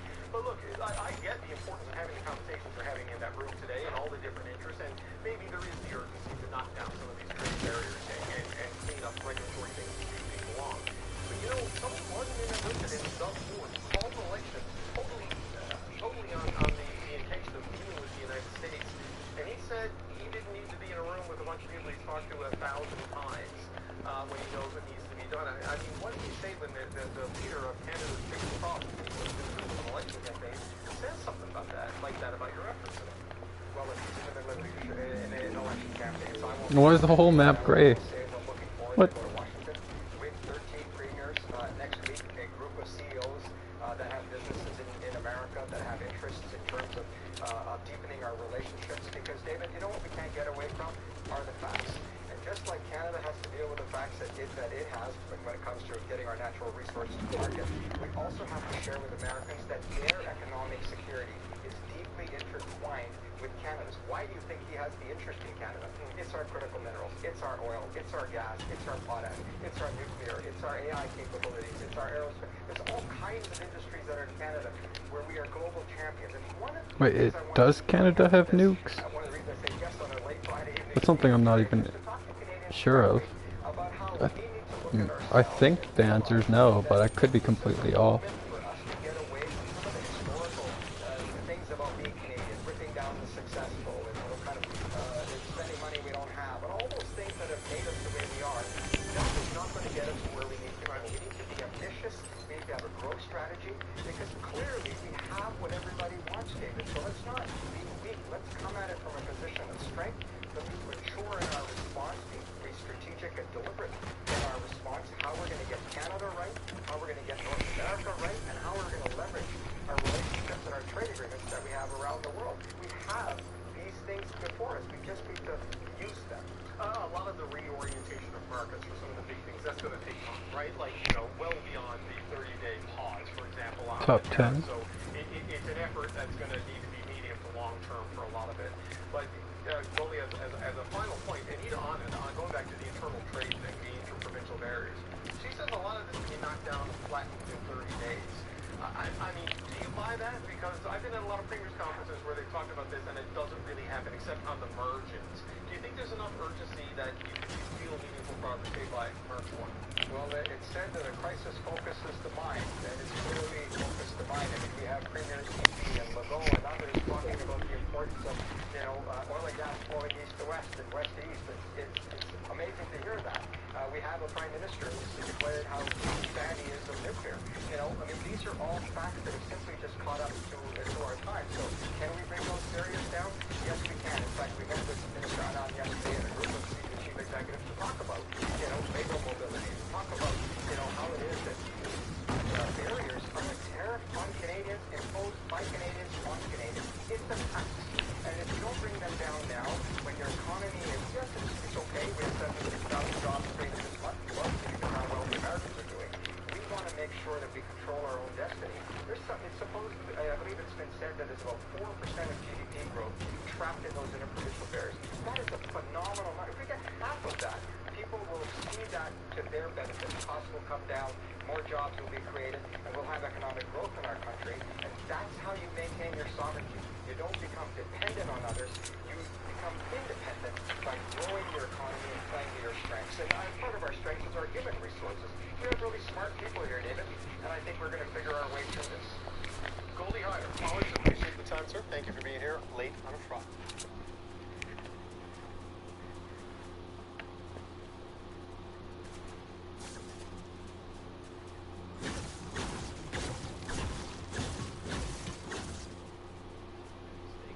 Canada's fight with President Donald Trump. Speaking today at the Canada-U.S. Summit, Trudeau says this to a room full of business leaders moments after media were being ushered out of the room.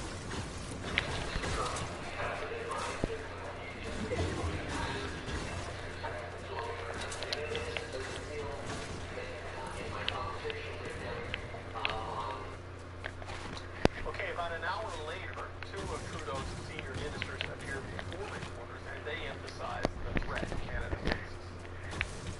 Canada's free. Canada is sovereign. Canada will choose its own destiny. Thank you very much. There will be no messing with the 49th parallel, period. The message I want to send to Canadians is this country is strong. Don't screw with us. We will... I'm on PlayStation and I'm able to play. It said it was down, but I just kept on pressing X to keep on trying, and it let me in. Has reported the most dramatic shift, putting the Liberals nationally just 3 points behind the Conservatives. That is a surge not seen anywhere else. Last month, Abacus data still had the Conservatives ahead of the Liberals nationally by 21 points, and Leger had it at 18, Nanos at 16, and this week, Ipsos has the Conservative lead at just 13, and also points to a solid Conservative win, but is that lead still solid? Just gotta keep on trying. Greg McEachran is a former Liberal ministerial staffer. Fred Delory is a former Conservative campaign manager, and Melanie Michel is a former communications director for the NDP. Okay, we're going to get to the full stuff in a moment. I do want to just talk a little bit about the clip we had there of Justin Trudeau from Top saying it was serious because of my conversations, and that's when the mic got cut off. two conversations on Monday, the day of the pause. And between the first one and the second one, a senior U.S. official called the Canadian government that Trump may start threatening Ukraine. And then when the handler later called, around 3 o'clock, Trump opened the conversation by saying, Justin, I've been reading the 1908 treaty, which is an agreement between the United States and the U.S. to draw and maintain the border between Canada and the U.S. And that was very interesting. And it was seen as an attempt to stabilize and sort of mess with the negotiations. Now, they expected it to give the heads up. They dealt with Trump before. Very uncongenial stuff. It didn't phase them, and they didn't respond in it to give you later. But Greg West would say that Trudeau is telling a room full of people about how serious he views the president, and things like this were happening in a phone call with leaders. On Wednesday, I ran into an official, a high-ranking official, non-partisan, and they said something to me about that they had heard about the call with President Trump, Prime Minister, and they used terms that were, kind of, that we use a lot lately to describe President Trump and his actions. And I kind of shrugged, yeah, the data and why. But they left me with the impression that there was something else here, that there was something a bit more significant that kind of perhaps was at a different level. After you reported that item that treaty had been signed on behalf of Canada, I think it's signed by Edward VII, So, but it is quite scary. We are in a time where sovereignty seems to be questioned more and more. We have Russia and Ukraine. We have what you reported earlier about China and foreign interference and the allegations around the Freeland campaign. We've discussed at length the actions of India on Canadian soil. And we have Donald Trump musing about Canada becoming the 51st state, just ignoring and negating, our just 1867. Again, that's a political start. I guess I know Canada existed a long time before that. Yeah. So we've done a lot. We've done a hell of a lot. And to have, our next door neighbor after all this time, and I think the Prime Minister on Saturday night had a real moment where he reminded Canadians in his effort to remind Americans of this is no way to treat an ally. Yeah, this is a treaty here. Teddy Roosevelt, his acting Secretary of State, signed it. We all got Wikipedia, thank God. But Mel, what do you make of this? The Prime Minister is normally not in the practice of saying to large crowds intimate details of conversations, but he did it at the summit in Toronto, and then word started to leak out exactly what was going on, and this is not normal sort of chat.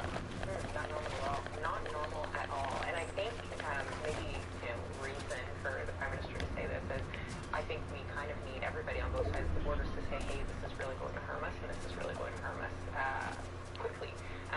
We saw reports of some of the ministers talking about how U.S. businesses are bringing this up directly with President Trump. We saw reports of how Canadian subsidiaries who have American partners or who are related to American businesses are raising this and are saying, this is going to harm you, this is going to harm me. And I think maybe, I can't imagine that the folks in that room didn't already take this seriously, didn't already plan for that, but I think that's a signal of smart enough, we need to take it seriously. Is it why to do that when the president really reacts when you attack his character, or really reacts when he knows that he's made a fool? I don't know that that's a smart move. I think that's maybe probably the question with that. I think if you said media were just moving around, it's not even. Wait till their outlet doors are closed, And again, it's like a large post, so maybe that gets reported anyways, but it feels maybe like a slip that didn't even happen, or maybe another way to really stress the seriousness without doing that. But yeah, I think it's hard, and you're talking about how do you manage this conversation when it doesn't really seem that there's a goal, that there's no way to reason. The goal posts keep moving to, we want you to do this at the border, we want you to do this about, and then, well, no, actually it's about economic. Next week there's a tariff, general tariff for all countries. Exactly. So how do you do that other than we're all together and we're fighting back together, and maybe that was the goal of sharing those comments in that room today. Yeah, I mean, Fred, what do you make of this? There's other reporting, the Toronto Star and others, that, Trudeau went on to talk about how Trump wants our critical minerals, and this is why he's talking about Greenland, because there's issues there, and also access to fresh water with the ice caps, and other theories I've heard put out there. I mean, what do you make of this being the nature of the conversation?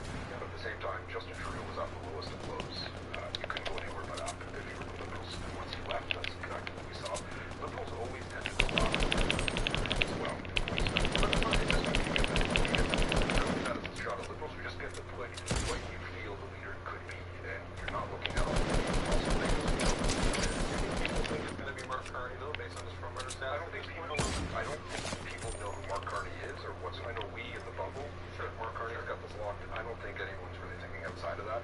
And I don't think people know who he is. They know he's a former Bank of Canada governor and Bank of England, and that sounds interesting. I think that opens the door in that point. It sounds serious. Yeah, this is serious person. He'll have to, once he gets into that actual spotlight, he'll have to perform, and the Conservatives will have to show where he can perform. Right. So Mel, on that, like, I don't know all the people who have paid attention to it, but Leger did everything possible. Shows the Liberals will come back to like 29 first, tied for first in Quebec after being third.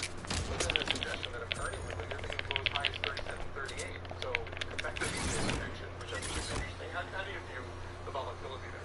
I think it's super interesting. I probably agree with what Fred was saying of the older adoption that seems that it could be possible with Prime Minister with Justin Trudeau. It did not seem possible. So I think that opening of doors that they're potentially past the Liberals probably gives them a bump. I think the world in which we live in right now, though, is very much dominated by everything that President Trump is saying. And if the ballot box question ends up being who do you trust? Bro, this teammate ditched us. It's the last team, bro. Why is he not helping? And some of the criticism that we've seen against Jack Poilievre of not necessarily statesman-like, not necessarily steady hands, who do they trust on the world stage?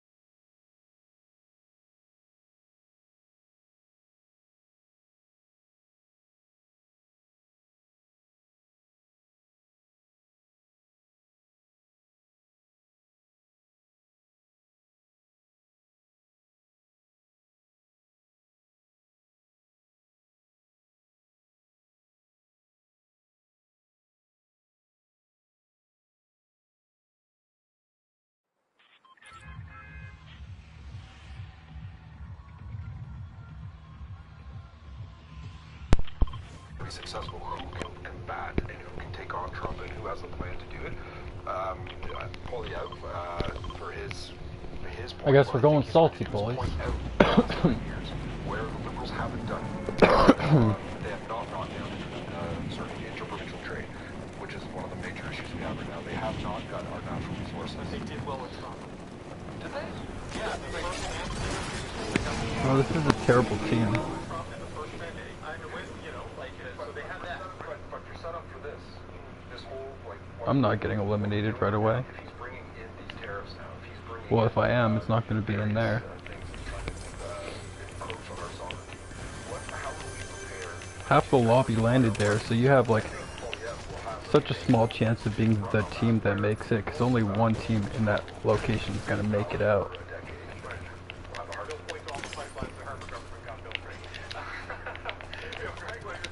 I think this is, look, you know, Chandler and Ross had a I might push in afterwards, when it's a little bit more clear. this issue. Third party, some fools. Gen X reference, I know my people, the rest of you probably just fell asleep, but I think when you saw Polyev struggle a bit, I found this poll that Environics research did last fall. Ian Bailey wrote about it in the Globe and Mail, and the demographic in Canada that improved their view of Trump were people who identified as conservatives. It went up 11 points to 44%. So 44% of self-identified conservatives in October were in approval of Trump. And I think this is part of the problem for the conservatives because Elon Musk, you know, praised Polyev. Trump was supposed to be their friend. We have a hot button moment with they're going to have a challenge in the coalition, right? But they still have 41% of the polls, right? So, like, how do the Liberals capitalize on this? Like, what is it Kearney, Freeland, Ruby Dalla, whoever he can put on the table to show that they can deal with it? Because the people who did it last time, with the exception of Freeland. And that's why I didn't want to go salty.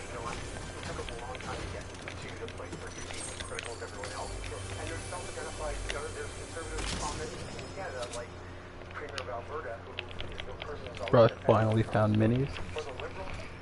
This was kind of the conversation that I heard along this week is, was this the Trudeau cabinet the whole time?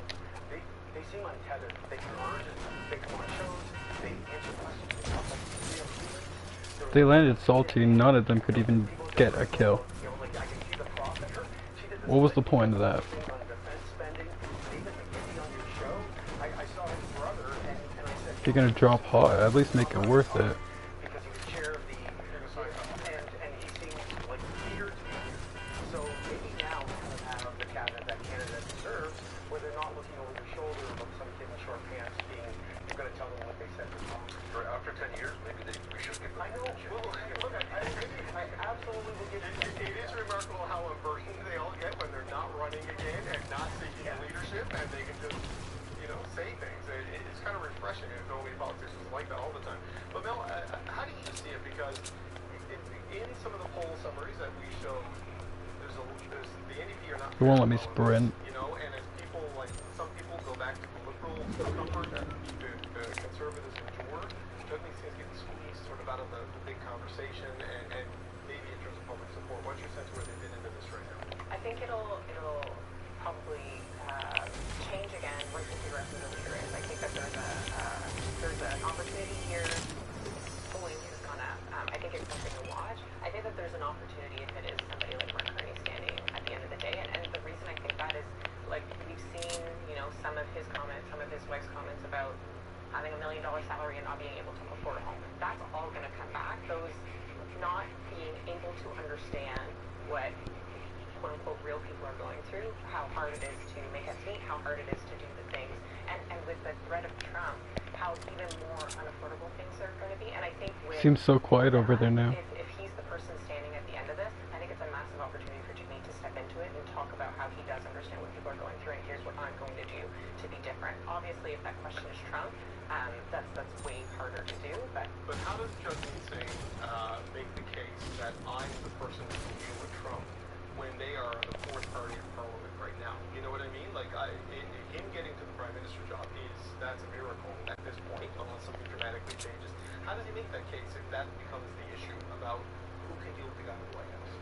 So I would maybe reframe it as who's the guy who stands up for people, who's the guy who stands up for Canadians. I think what we saw coming out of Saturday, to your point about Prime Minister being strong, I agree. It was like, oh, we're just a little bit, right? Like he was quite good, not just quite good at the way that he spoke, but in talking about what it is that, you know, Canadians are. Folks who care about their neighbors, folks who care about, you know, sticking together and doing the good things. I think focusing on that interprovincial trade, focusing on what do we need to do here to make sure that we're less reliant, to make sure that we are not staring down the barrel of a gun every time that this guy says something.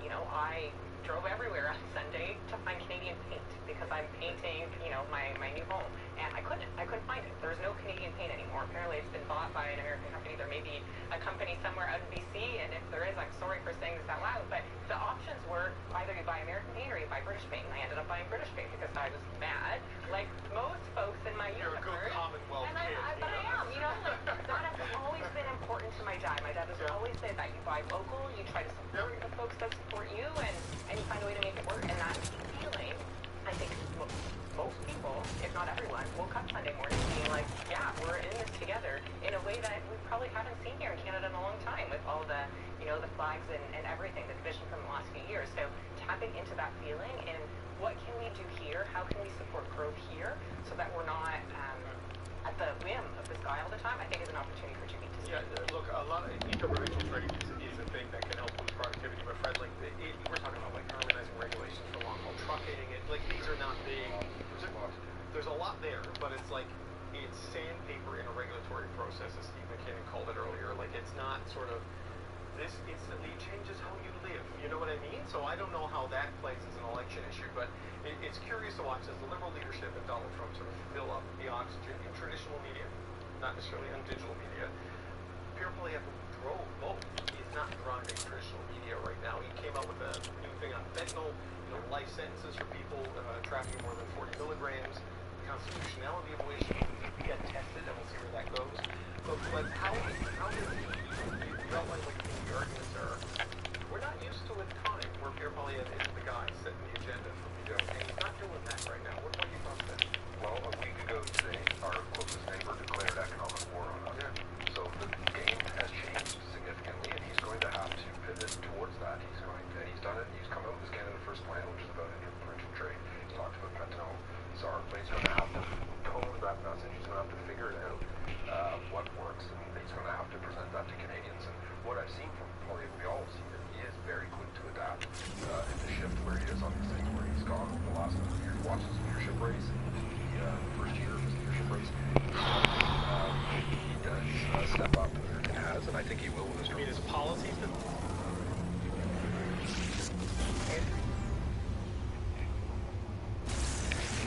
Well, that felt more risky than it was, I guess.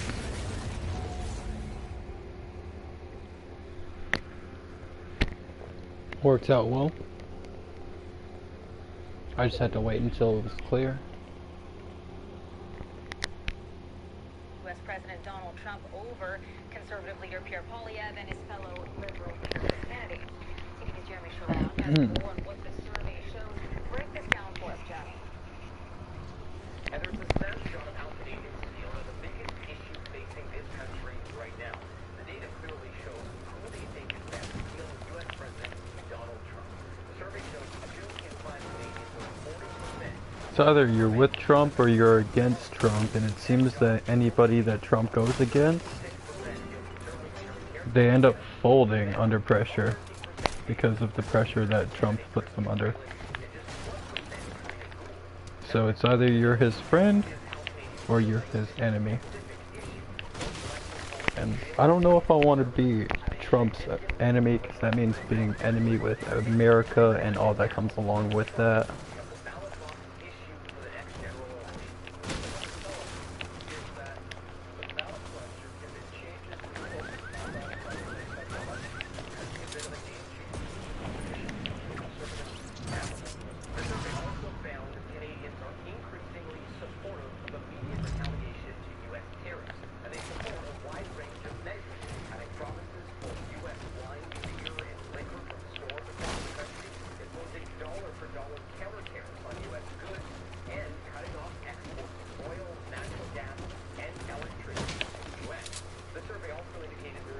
we're fighting.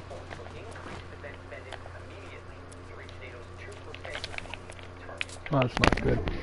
I'm gonna hide. Or maybe I should help. Trump's threat to make Canada the 51st state is a real thing. At least that's what Prime Minister Justin Trudeau said today in a private comment that was caught by a hot microphone, then publicly doubled down on by some of his cabinet. Labour Minister Stephen McKinnon joins me now. Minister, good to see you again. Thanks for being here. Thank you, David. The Prime Minister's comments, I don't think were meant to be for public consumption and caught on tape, but they're out there now. What makes your government so sure that Donald Trump isn't joking, which is the way these comments have been characterized from the beginning and are now seen as a real threat to sovereignty now? Well, look, I think we've That's a seen, sweaty squad. President Trump express this view or opinion or whatever it is on numerous occasions, whether it be on social media or what have you. Obviously, somehow this has gotten into his head. I don't need to tell you or your viewers, David, that this is not something that is taken seriously in Canada. Canada is a country that is free, is sovereign.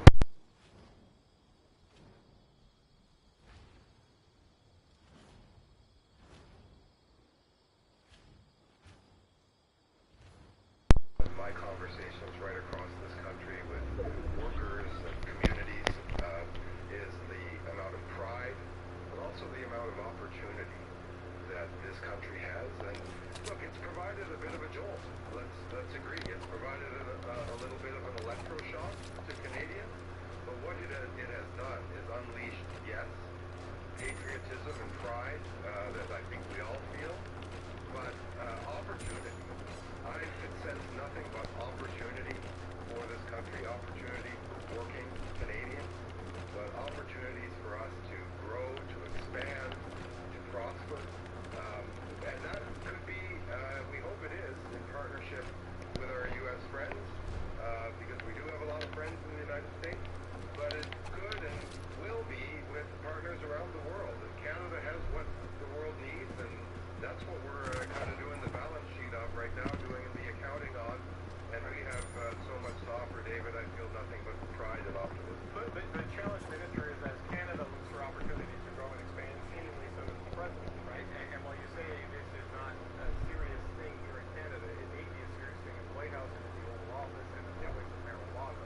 So we've already seen it's not just a couple of weeks. I mean, what's your sense of how much further President Trump is willing to go? We have a pause on terrorism, but it's only a pause. It's not like he's abandoning the idea. He's not abandoning the 51st state.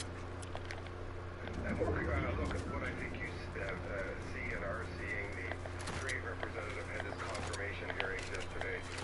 You can feel the increasing unease in the United States on both sides of their proverbial aisle, with the possibility that great economic harm would befall the citizens of the United States were tariffs to come into force, and that is even before Canada, as it would, Going up in points. significant economic harm. One thinks only of the auto sector and their just-in-time delivery, where cars can literally not get manufactured after mere days because parts run out. Parts from Mexico, parts from Canada, assemblies in Canada or the United States. It is an integrated and not easily replicable. You think of things like potash.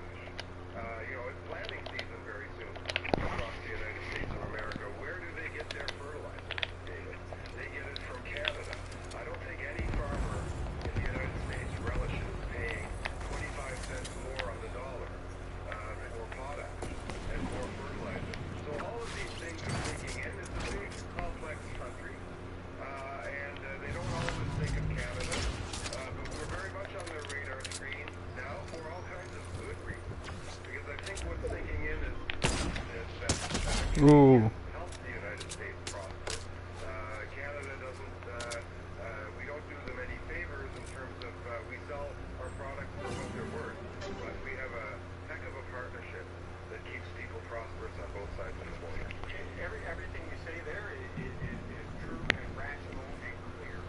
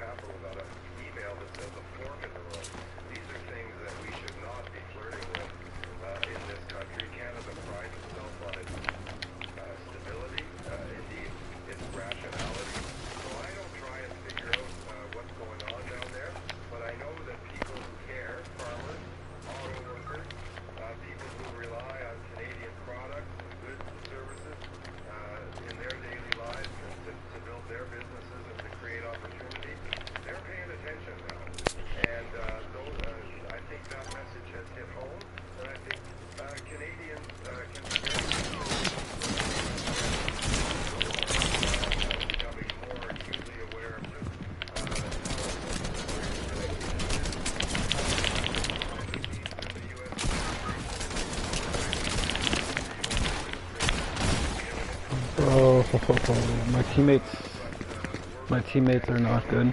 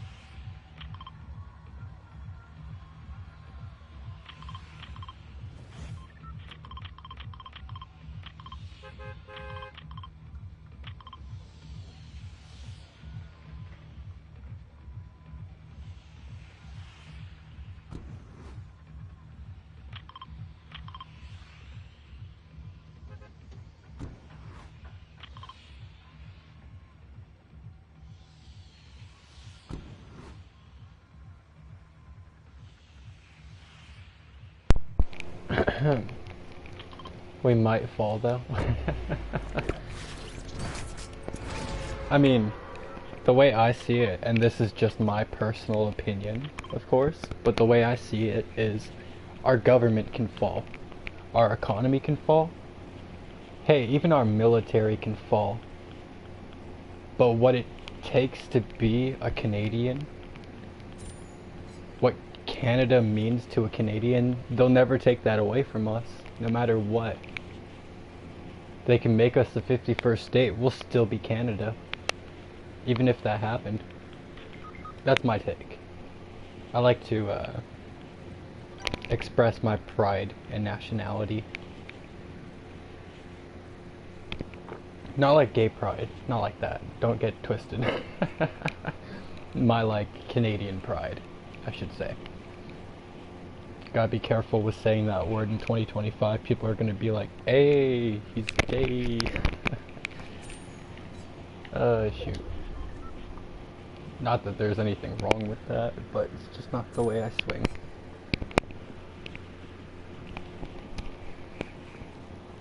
I was called that enough in like high school.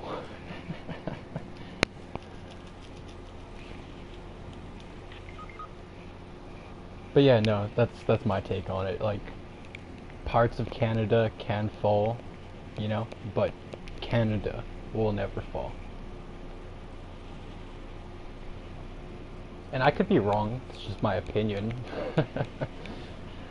You know, I mean, like, I could just be wrong at the end of the day. You know, 10 years from now, we're no longer, like, Canadian whatsoever. Who knows, you know? I can't predict the future. I wish I could. Really wish I could. Can I play the tournament with you? This one's kind of almost over. You could join next match, I guess, but if you join quick enough, because I'm not trying to, like, wait forever. Because there's not much time left in this tournament. The spot looks safe, so I'm gonna go to it and pray that it is in fact safe. Actually, I'm gonna go to this spot, then push to that spot. But yeah, no, I mean, that's my view, you know. Oh, it ain't let you in? Dang.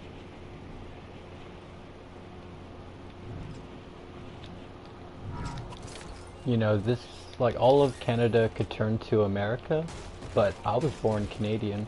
I'm always gonna be Canadian. I might become, like, American Canadian, or something like that. Who knows how things unfold, but I'm still gonna be Canadian. I don't think Trump's goal is to take our sovereignty away and take, like, our nationality away. Like, to make us a 51st state wouldn't necessarily mean that we're not Canada anymore. We would just be part of them, which I find a little bit insulting just because of our like land mass, the amount of land mass that Canada contains. Making us one state is kind of just rude and insulting, but I don't want us to be divided like that anyways, so making us one state is probably the best way to go about it. One state, but then within that state we still have our provinces. It would be a very unique system. A state with provinces instead of like counties or something, I don't know. I don't think we got 10 years, but that's just me. The spirit of Canada will indeed survive to the end, though. Freaking hope so.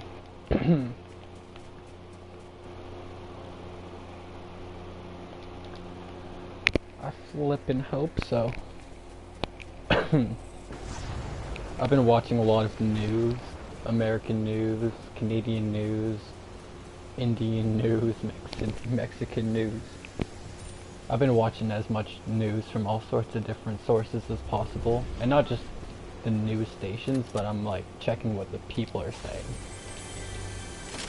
Any of these news things that actually allow their comment sections to be turned on, I always go see what the people are saying.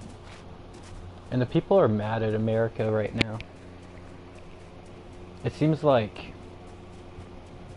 America, or Trump, wants to make everywhere seem like the enemy, so then when these places have to retaliate to what the States is doing, it can only be amplified more, the narrative that he's pushing, that these places are in fact the enemy of the States. You know?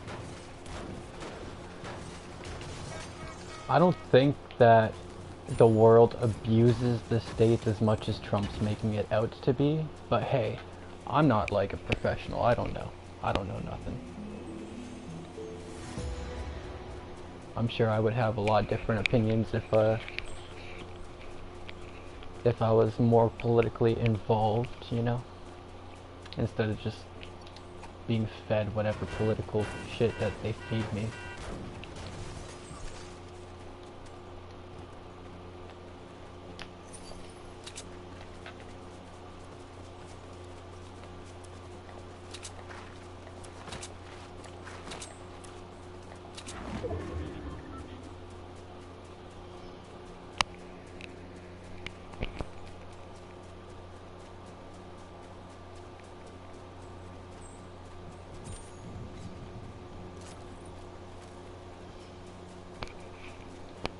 Trump's doing like a lot of controversial things because I think the more controversial things he does, the more presence he has in the media, and the more presence he has in the media, the more control he has over people.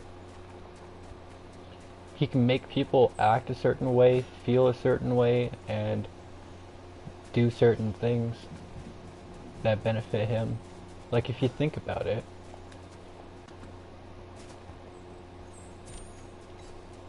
well, not just him, but America.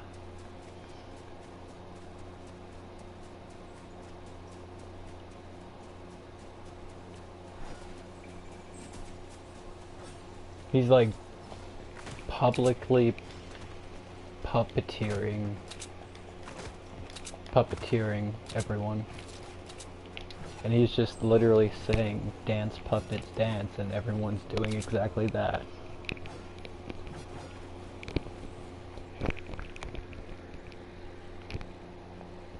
Like, I feel like he's doing this because he wants Canada to get mad at him. What he's doing is also going to be affecting our votes, because our votes are now going to be who can defend us against Trump the best, versus instead of who's going to be the best option for Canada after Justin Trudeau messed everything up. So instead of us thinking, hey, what's best for Canada, we're thinking, hey, what's best for Canada, but also what's best for this Trump situation. Personally, I'm not a Carney supporter. I don't think that people should be a Carney supporter, but that's just my opinion. Liberals have messed things up too much in the last little while. It's time to give somebody else a chance, different, you know. The last time that the Conservatives were in charge of the economy and stuff in the government, they done some really good stuff. I mean, the Canadian dollar and the American dollar were basically at a 1-to-1 exchange rate for a long time when the Conservatives were in there, and then as soon as Justin came in, it started falling and kept falling, where the Conservatives, whenever it would fall, it would climb back up. There was moments like a decade ago where the Canadian dollar was worth more than the American dollar because of how well the Conservatives were running the economy.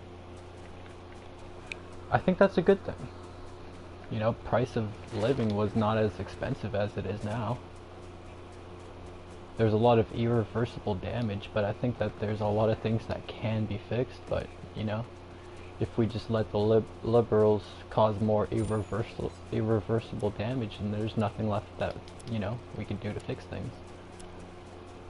Everything will be screwed. There's still like some... I feel like we can salvage the system of Canada. Just put the right people in charge. That's my take. I don't want to try to influence people to vote left, vote right, or vote any certain way. You gotta vote whatever your heart desires. But you gotta use your common sense and proper judgment when doing so, because at the end of the day, your vote, it can affect everybody, you know?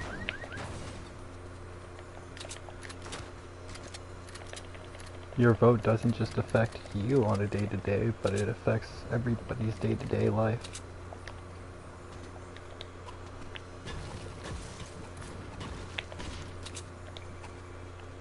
I have yet to ever vote because I always feel like no matter which one I vote for, in the long run I'm gonna end up regretting it because that's usually what happens.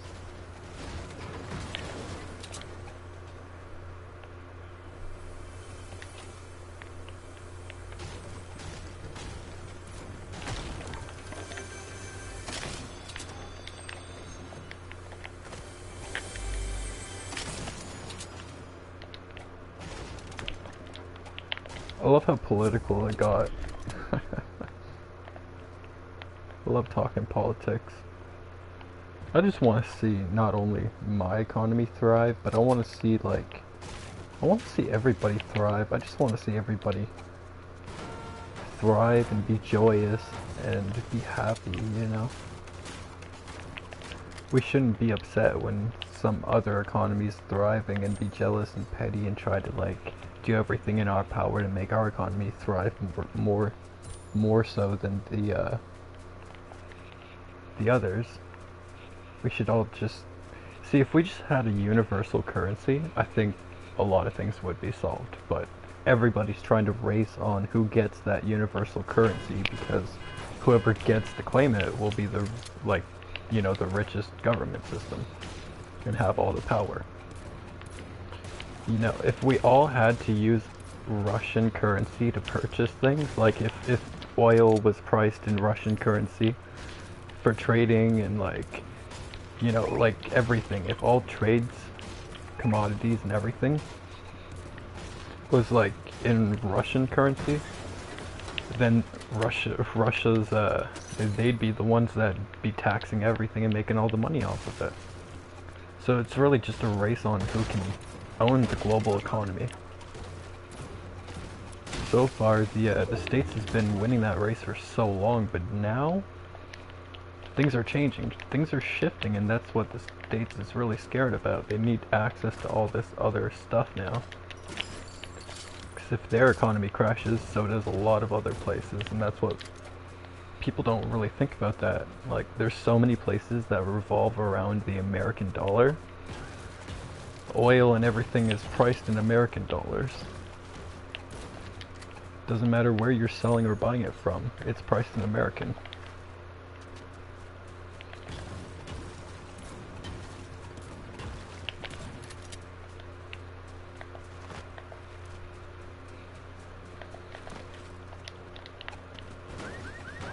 It's scary how much power money gets you.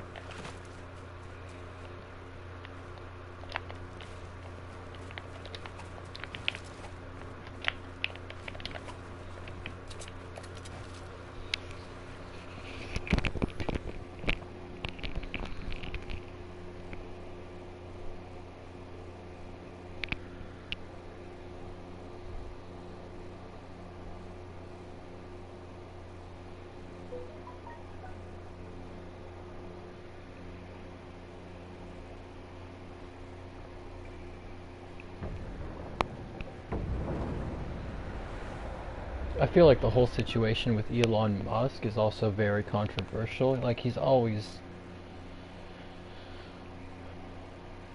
I don't know. You can't really expect people to trust when you put that much power into the hands of a billionaire. Someone who owns a lot of, the world's money.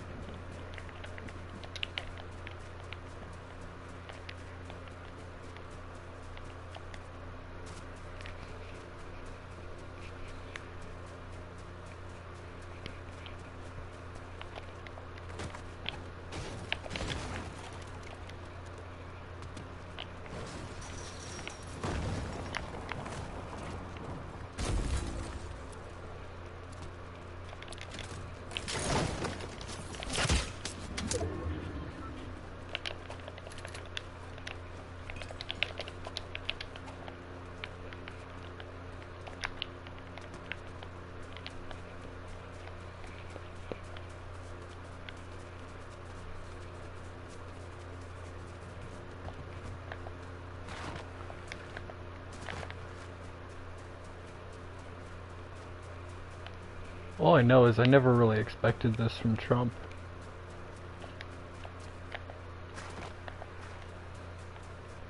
I think that's why it's like such a shocking thing for not just me, but for like a lot of people. Nobody's seen this coming. That's why everybody loved the idea of Trump. Because he just seemed like, you know, he didn't seem like this kind of person.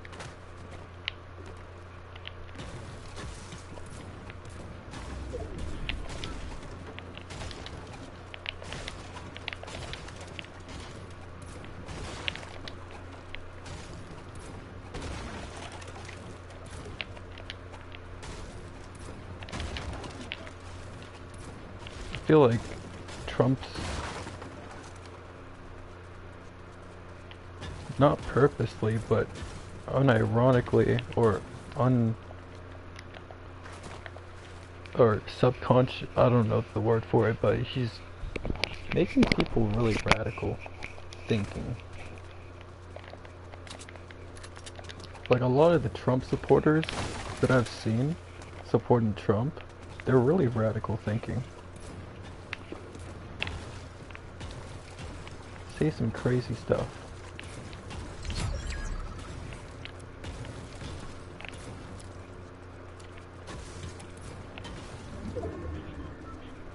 Like, I'm fine with you supporting whoever you want to support by having, like, super nasty ideology. I'm not backing that.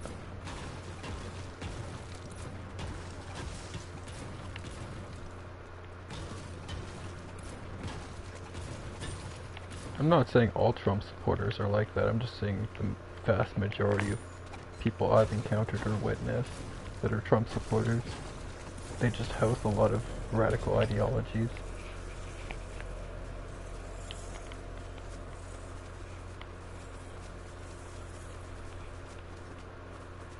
The people who are just completely desensitized because of all this stuff that's happening in the world, to where they just really do not care about anything anymore. Which is scary. That's not a good thing.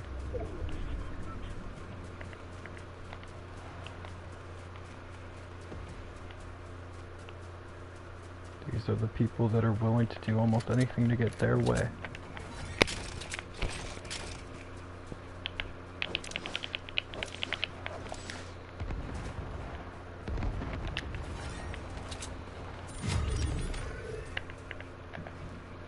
Oh, it's me versus the full team.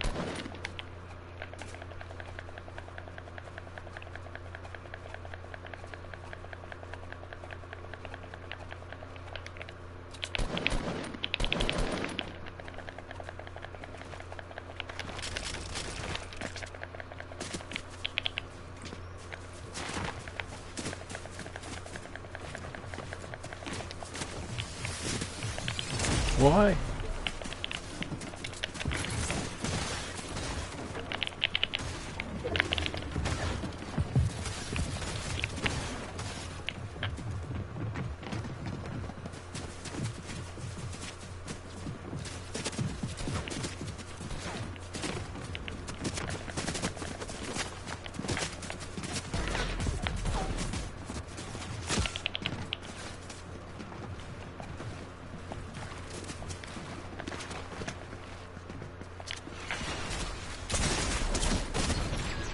Bro.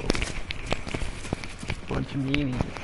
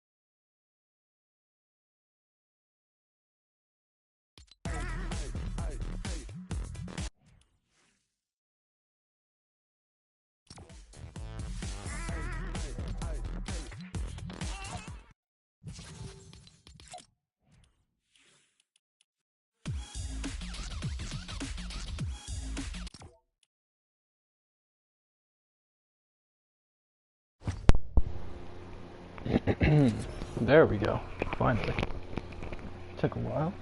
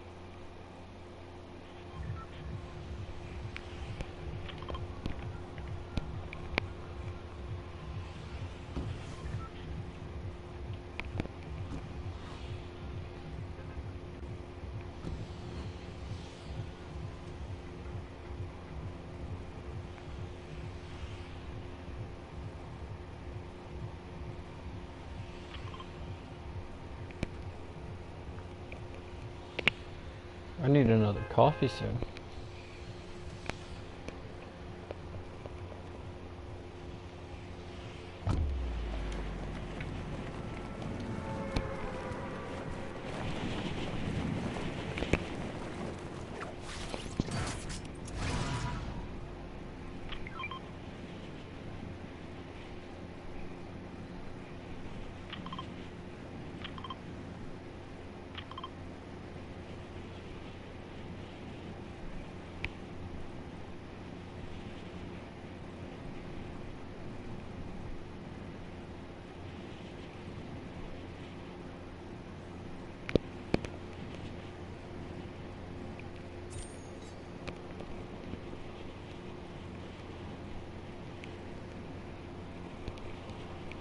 Bro thought I got a PC? That's crazy.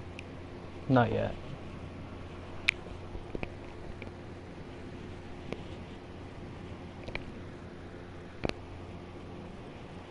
Although I'm sure that my little bro wouldn't mind me using his laptop that he left here, I just wouldn't feel comfortable with that probably.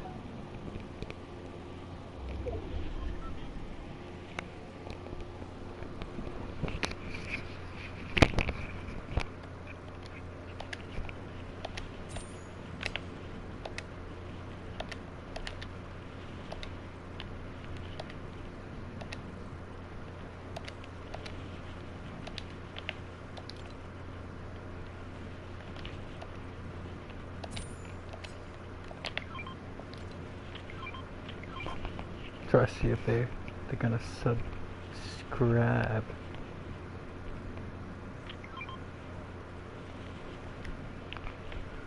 Subscribble the wibble. You shizzle my nizzle.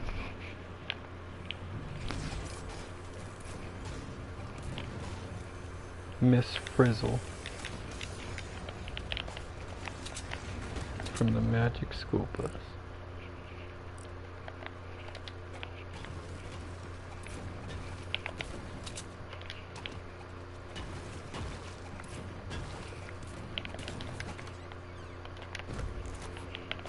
Bro, when I was a kid, I wanted to go on the Magic School Bus so bad.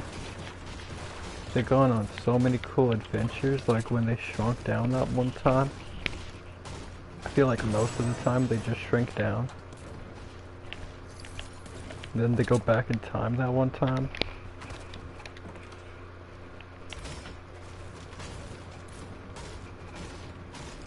And they're like in the water that one time. Like underwater the one time.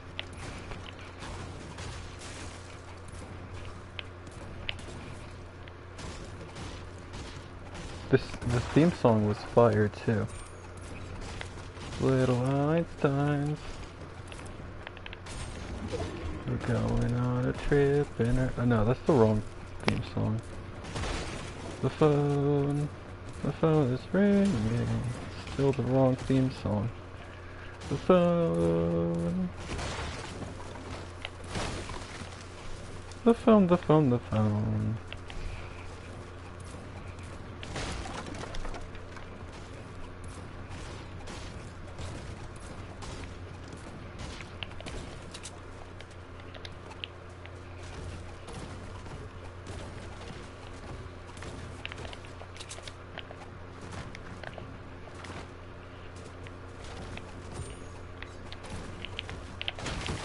Mash the like button.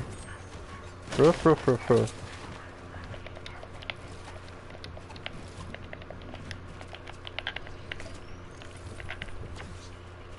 And the dog just barks at everything. She's a sweetheart though. She just barks at everything. Smallest little noise. Ruff, ruff, ruff, ruff, ruff, ruff, ruff. Somebody comes over. Ruff, ruff, ruff, ruff, ruff, ruff, ruff.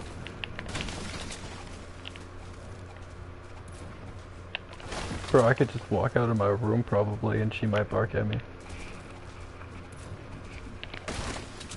A lot of the times I think it's like a come here bark, like come pet me, come pick me up. Give me all the loves. All the lovin's.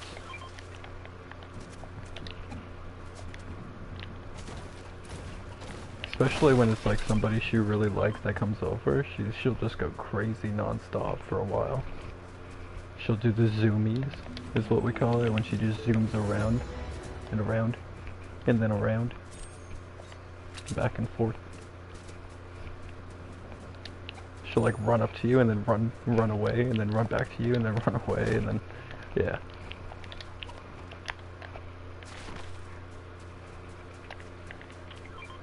They pushed out of Snobby quite fast. Sure that there's still leftovers here, right?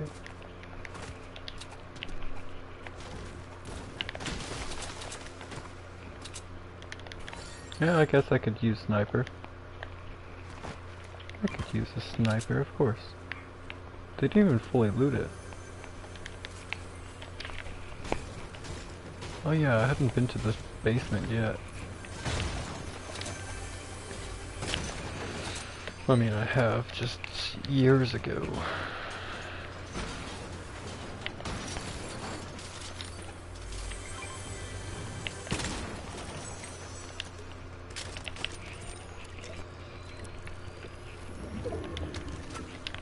Actually, I don't remember. Did they have Snobby during Remix?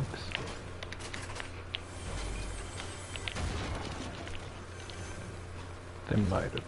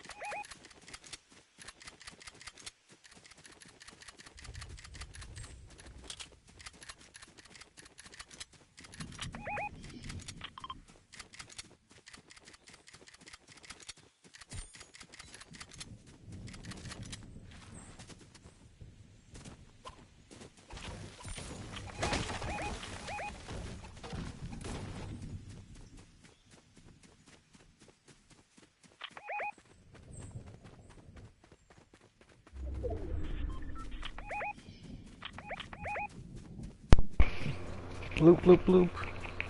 Bro knows how to mark. After this tournament, I'm gonna make a coffee, and it's gonna be an amazing coffee.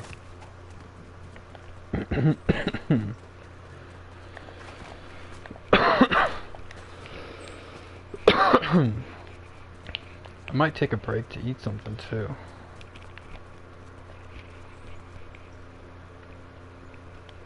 Just go AFK or something.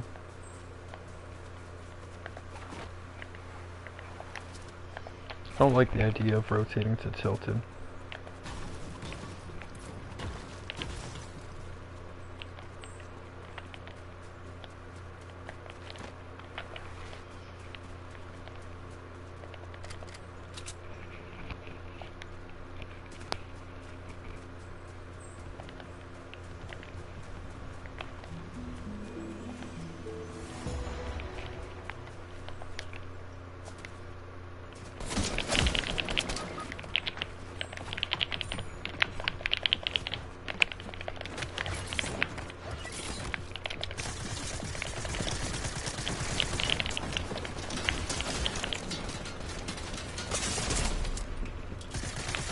Yeah, well, good game. This team is retarded. Why even go into Tilted?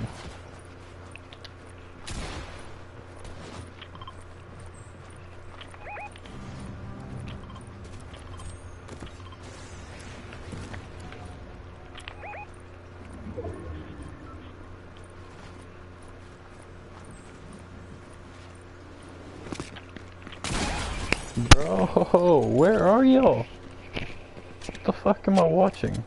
Get out of the fucking box.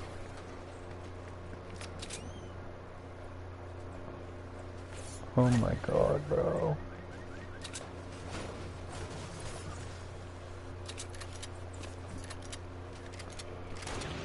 Oh my god, bro. They're all stupid.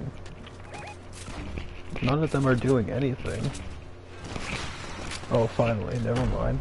Dude's shooting some pointless rockets. Not even close to hitting.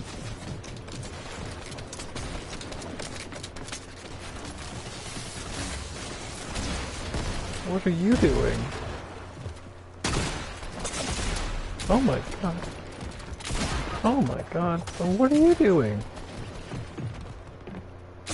Oh my god, bro. None of them even tried fighting this kid? Besides that one rocket idiot?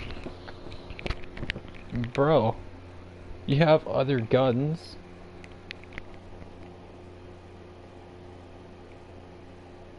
It's not that bad though. I actually have time for more games this way. If I would have played that out longer, then I would have had, Oh, it just kills my average though. My point ratio.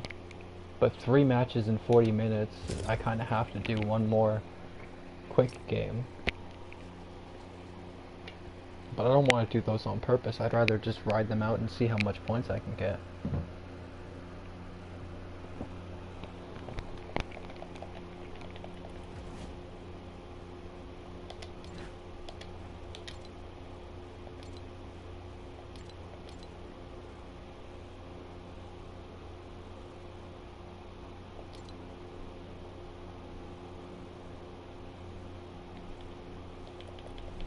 It's not bad.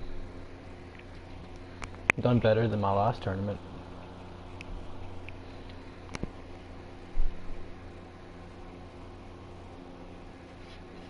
These teammates have to stop being so bad though. Like, why even push to Tilted? We had so many areas we could have pushed into.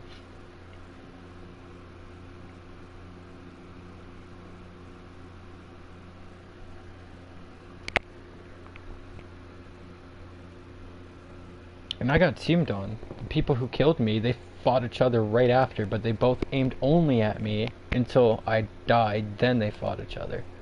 It's pathetic. Bro, it's gonna take 20 minutes just to put me into a game. This game's pathetic.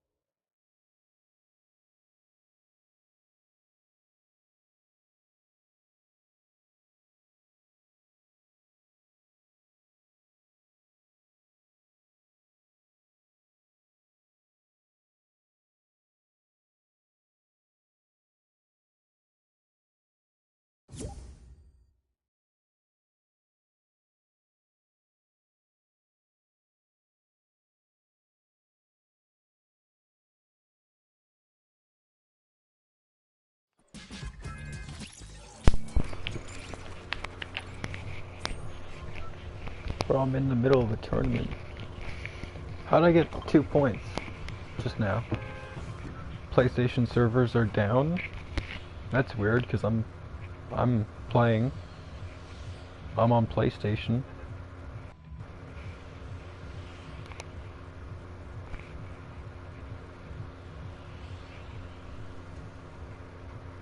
That's strange. I was having issues with my PlayStation chat, my PSN chat.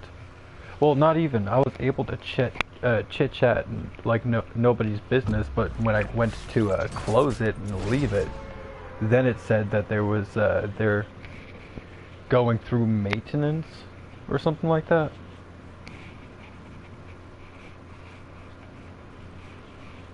So they're just going through some sort of maintenance, but I'm still able to play. When I tried loading on Fort earlier, it said like PlayStation servers are down or something like that. But then it just said press like X to try again. So then I tried again. It didn't work the second time, but the third time it worked.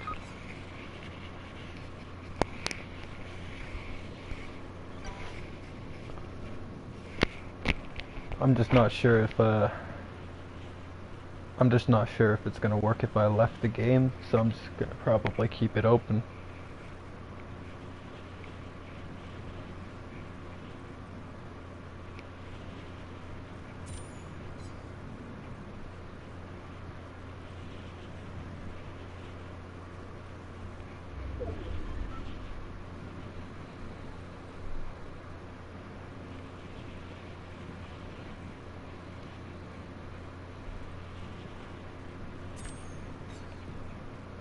I'm just getting a bunch of points from doing nothing.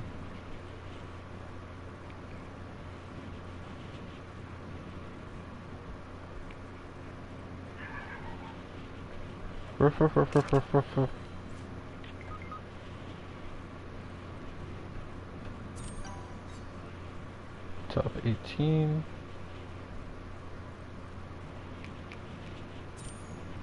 Top 17. Top 16.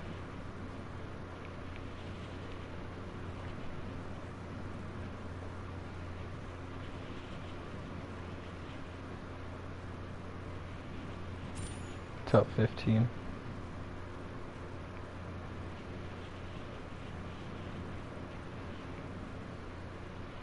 I'm trying to maximize points though, so if I back out now, then I might have time for my other two matches.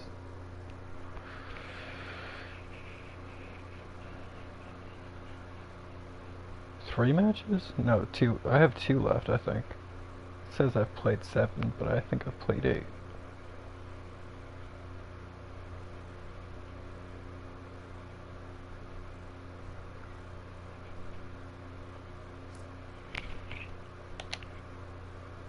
$34 minutes. That's enough time for 2 solid games. Just can't die. There's no way that this match is gonna take me 34 minutes, so I should be good. As long as I get in quick enough. Wait, no, I didn't get those points because I backed out. I didn't get those points because I backed out. I was at 270, I think, right? 278. Bro, I didn't get those points. Bro. I didn't know you can't back out. No, it says I have total 286. Okay, maybe I'm not tripping.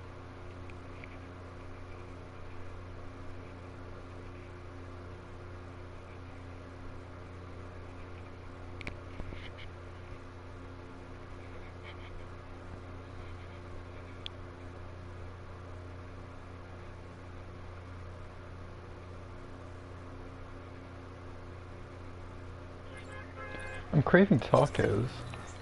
I just don't think we have all the stuff to make tacos. Unless I want to make like fresh tortillas, which I could do. It's just, I mean, it's not a hassle, it's just it takes energy and time.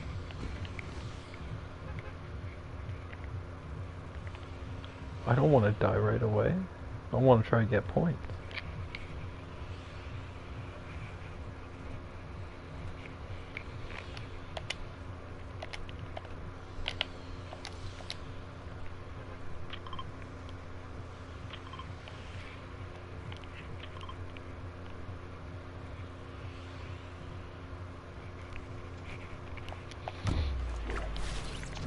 Go to #1 victory royale.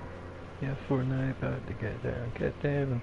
10 kills on the board right now. Just fight out Tomato Town, Tomato Town. My friend just got down.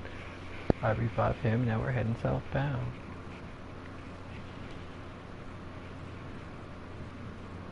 What's that song called again? Chug Jug with me? Or Chug Jug with you? Chug Jug something?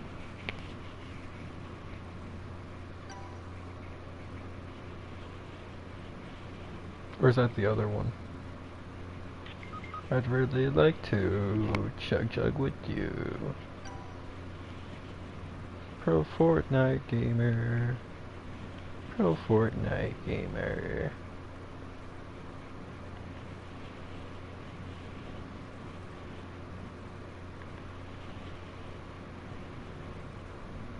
The sky is changing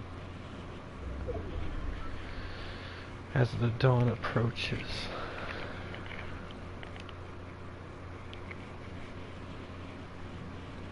The sky is filled with blood and rage.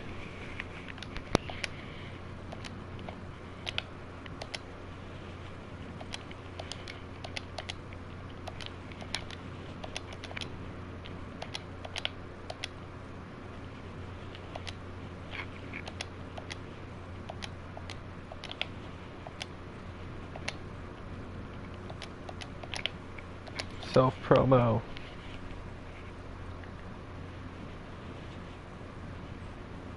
YouTube Paxton, he gets it. He doesn't get it. Oh no, I thought it was the other dude who backed out. He gets it.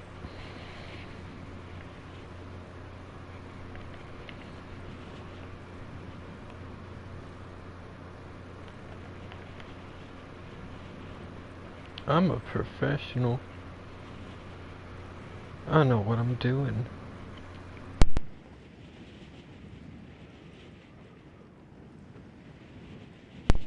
I'm scared. I don't know what I'm doing.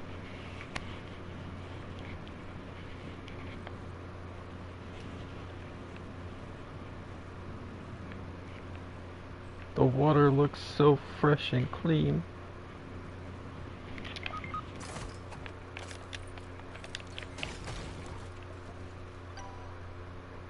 Yo, Turtle, it's been a minute. How you doing, bro?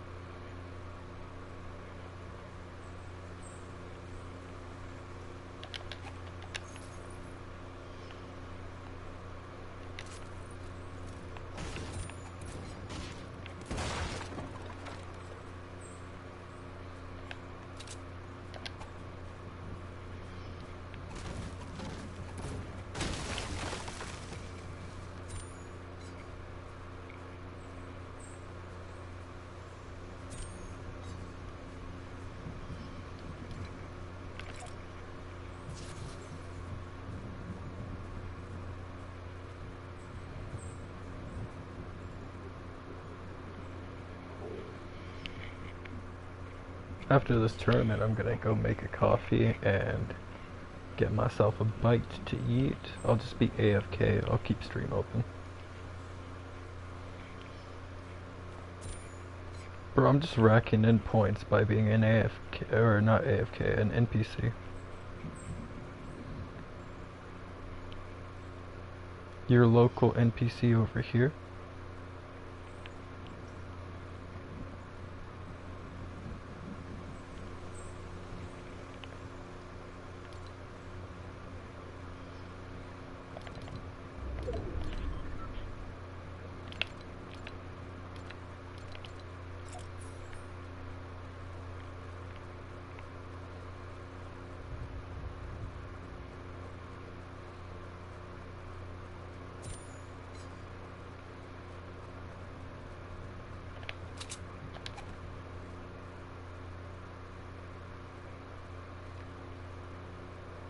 There's a fork in the road.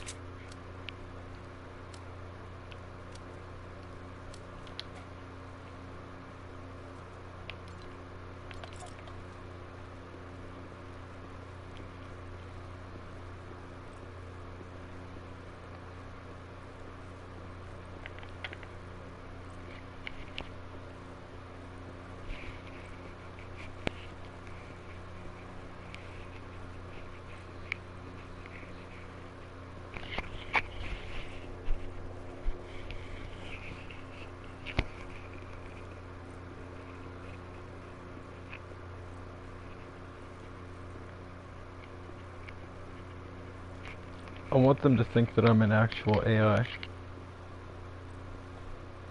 So how you been, Turtle? How you doing?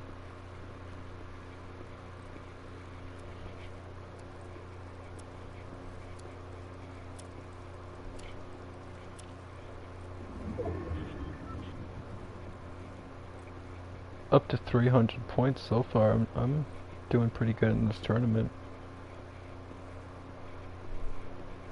Definitely not top of the leaderboard, but I'm doing alright. My character looks so serious.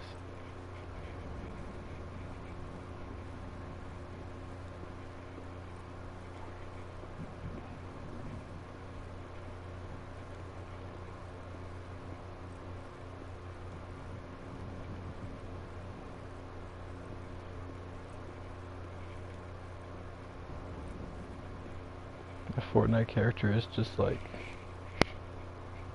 completely serious. Not even close to goofing around.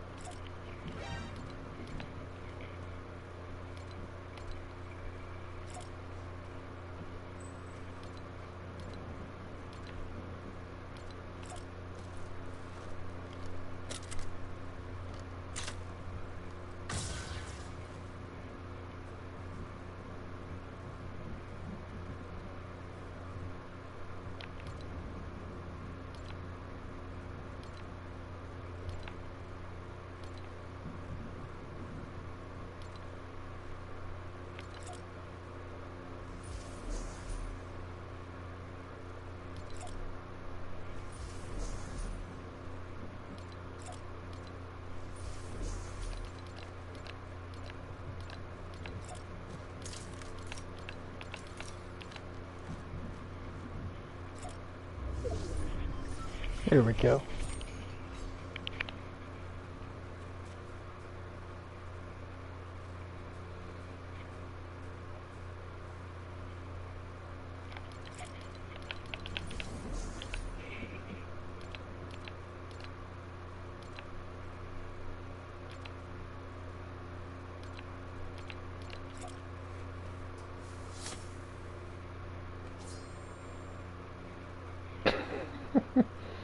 What tournament are you playing? The OG one.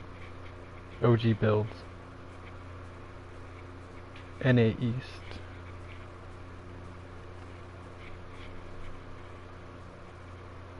I just keep switching my my sword. What placement are you right now? Probably like 5,000.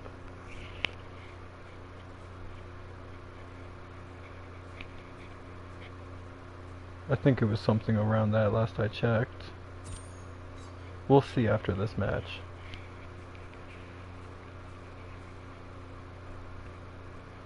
And no, I haven't been doing this the entire time. I just want to troll these guys who are spectating me.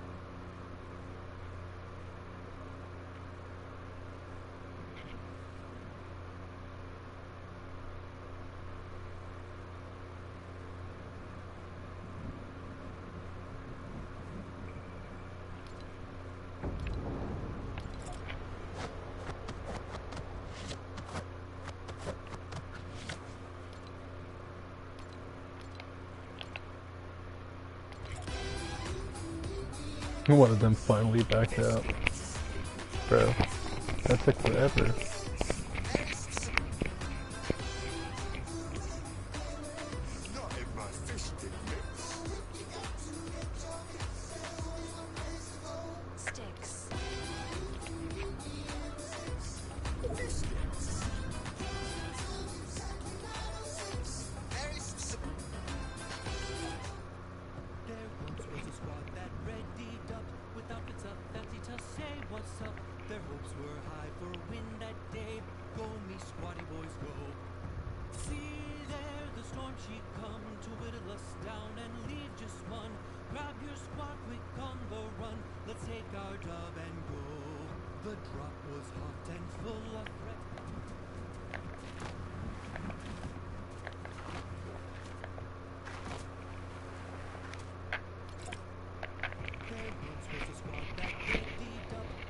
I'm just having fun.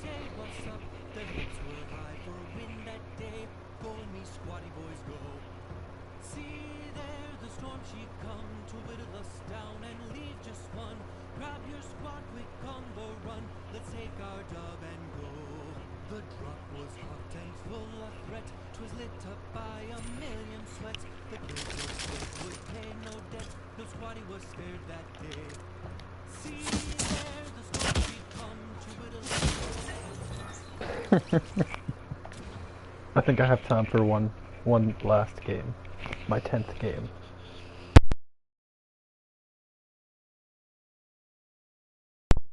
That's awesome. I hope I have time for it. Because that'll give me just enough points. For what, you might ask? Absolutely nothing. It makes no difference. I'm just doing this to see how many points I can get. And having 19 minutes left, that's perfect. Plenty of time. Alright, let's see where I am. Whoops. I am 2049th. I was like half off with my number. I said 5,000. I'm like 2050. That's pretty crazy. Not going to lie. It's the best in my friends list.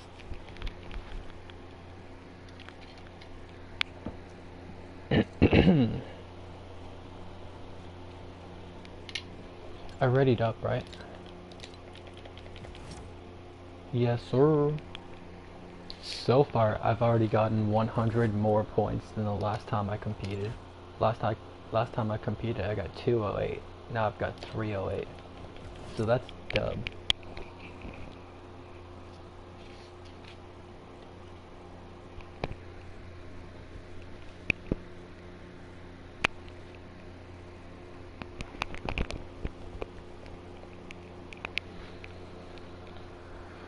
Alright, anytime now.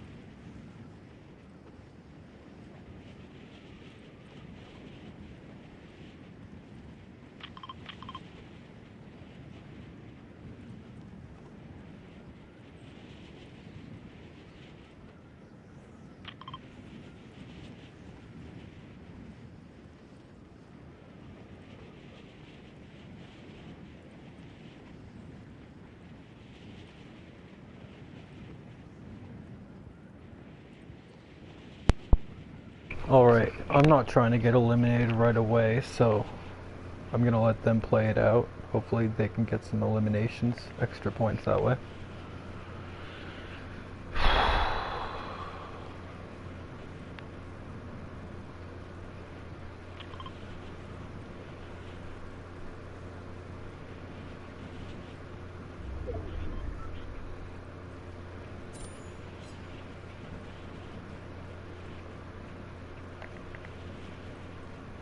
This is my last match, so I have to try to get as many points as I can. And if I get eliminated, then that's not gonna happen. I feel like all these areas are gonna be filled up already.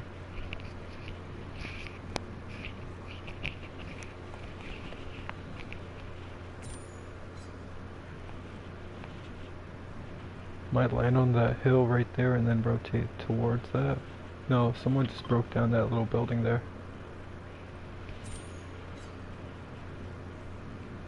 No, there it is. Never mind. Getting a lot of survival points.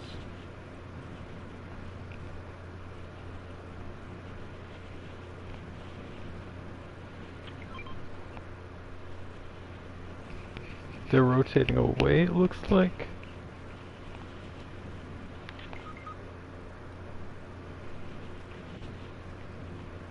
One of them just died, it looks like. That's not good.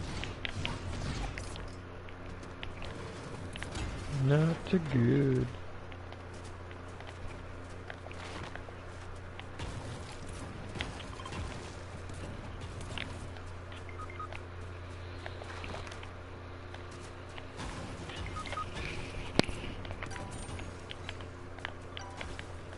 Again, I'm just gonna be the survivor.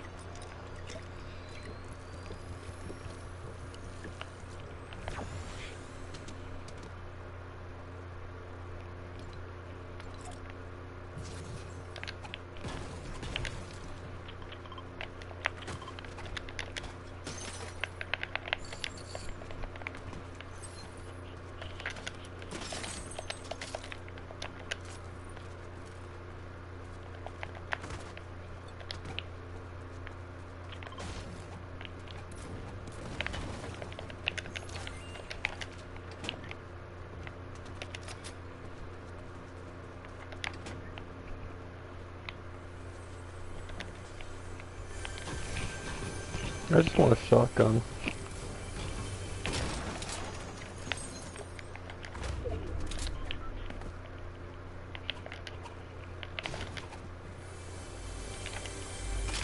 They all backed out. I don't blame them.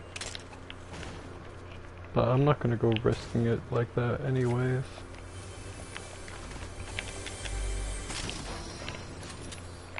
I don't have another match I could play. I'm trying to get as much points as I can.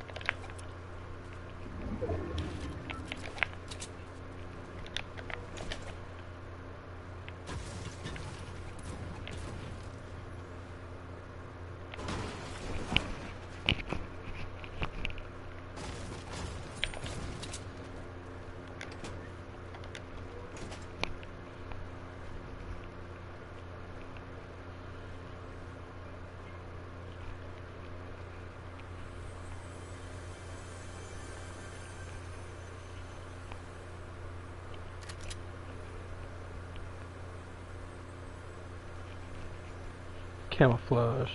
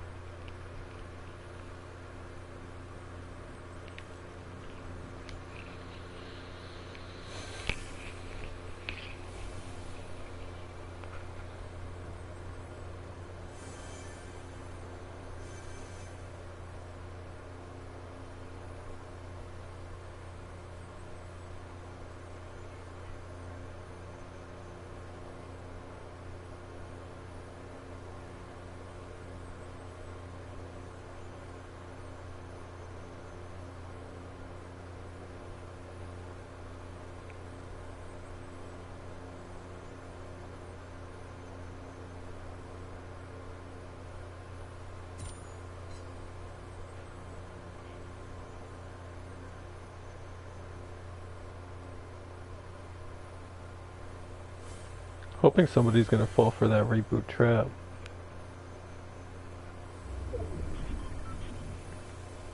God zone.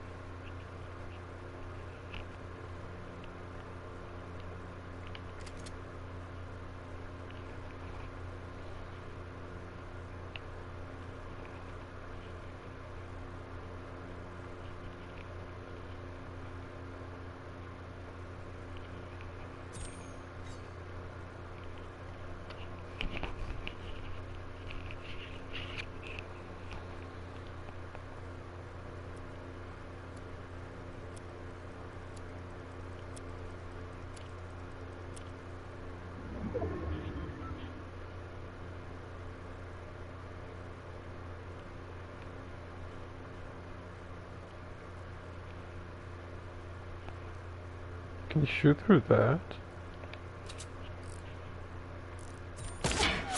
No.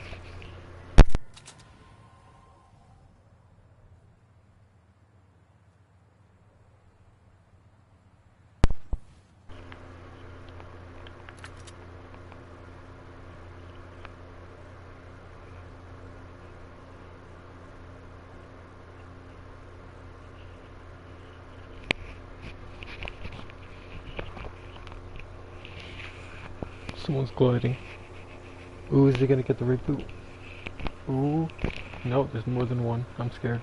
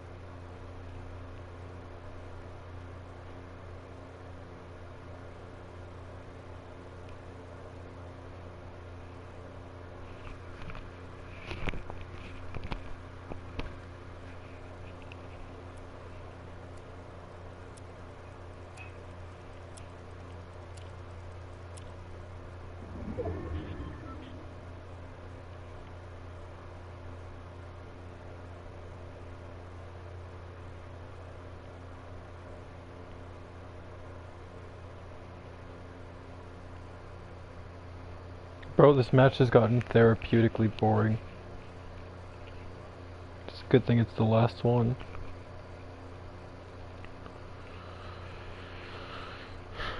Anybody want a reboot?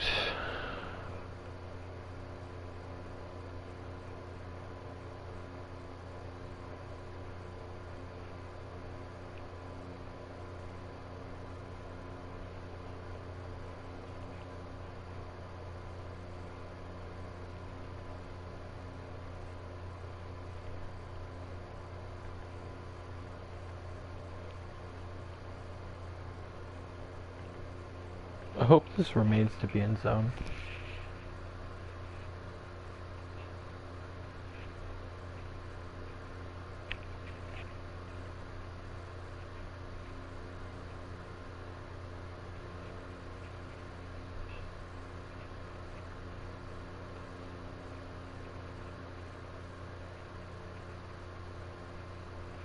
Still 8 teams and 18 people, so that's a lot of teams that could use some rebooting.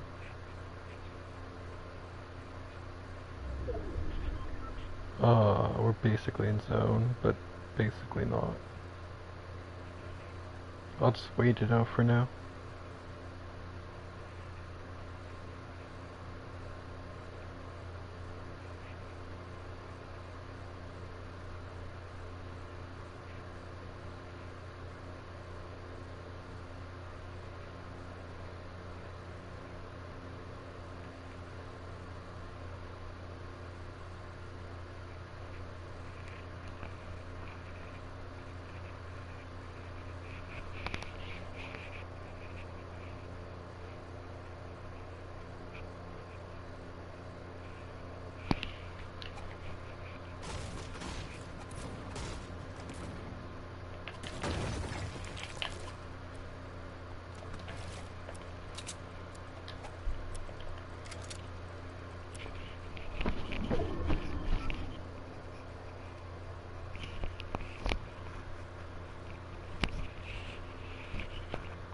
I don't think anybody's coming to this reboot. And if they do, hopefully the trap will just do the job. Can I fit? I can fit.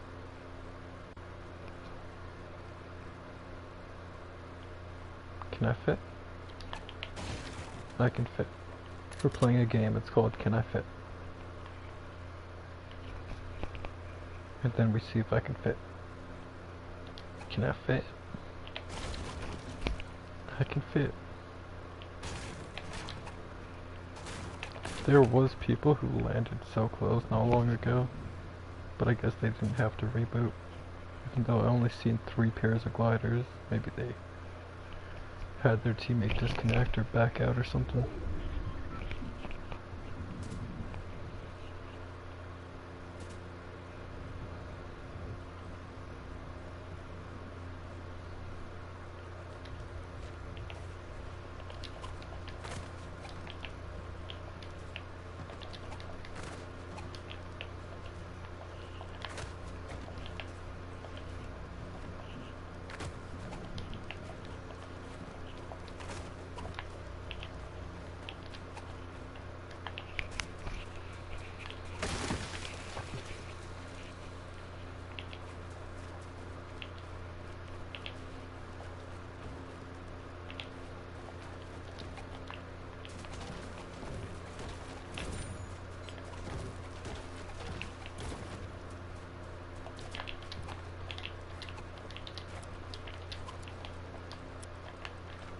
No.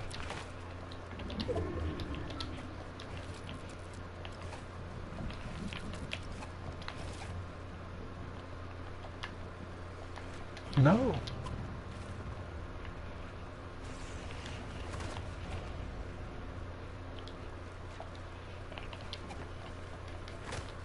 Yes. Oh yeah.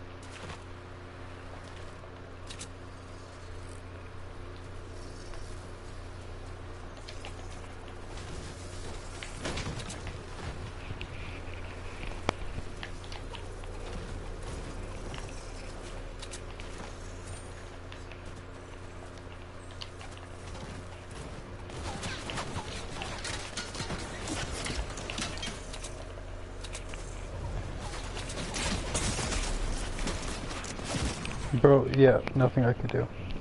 Oh well. 5th place, I'll take it. 343 points. PlayStation Network is currently undergoing maintenance. Bro, tell me something I don't know.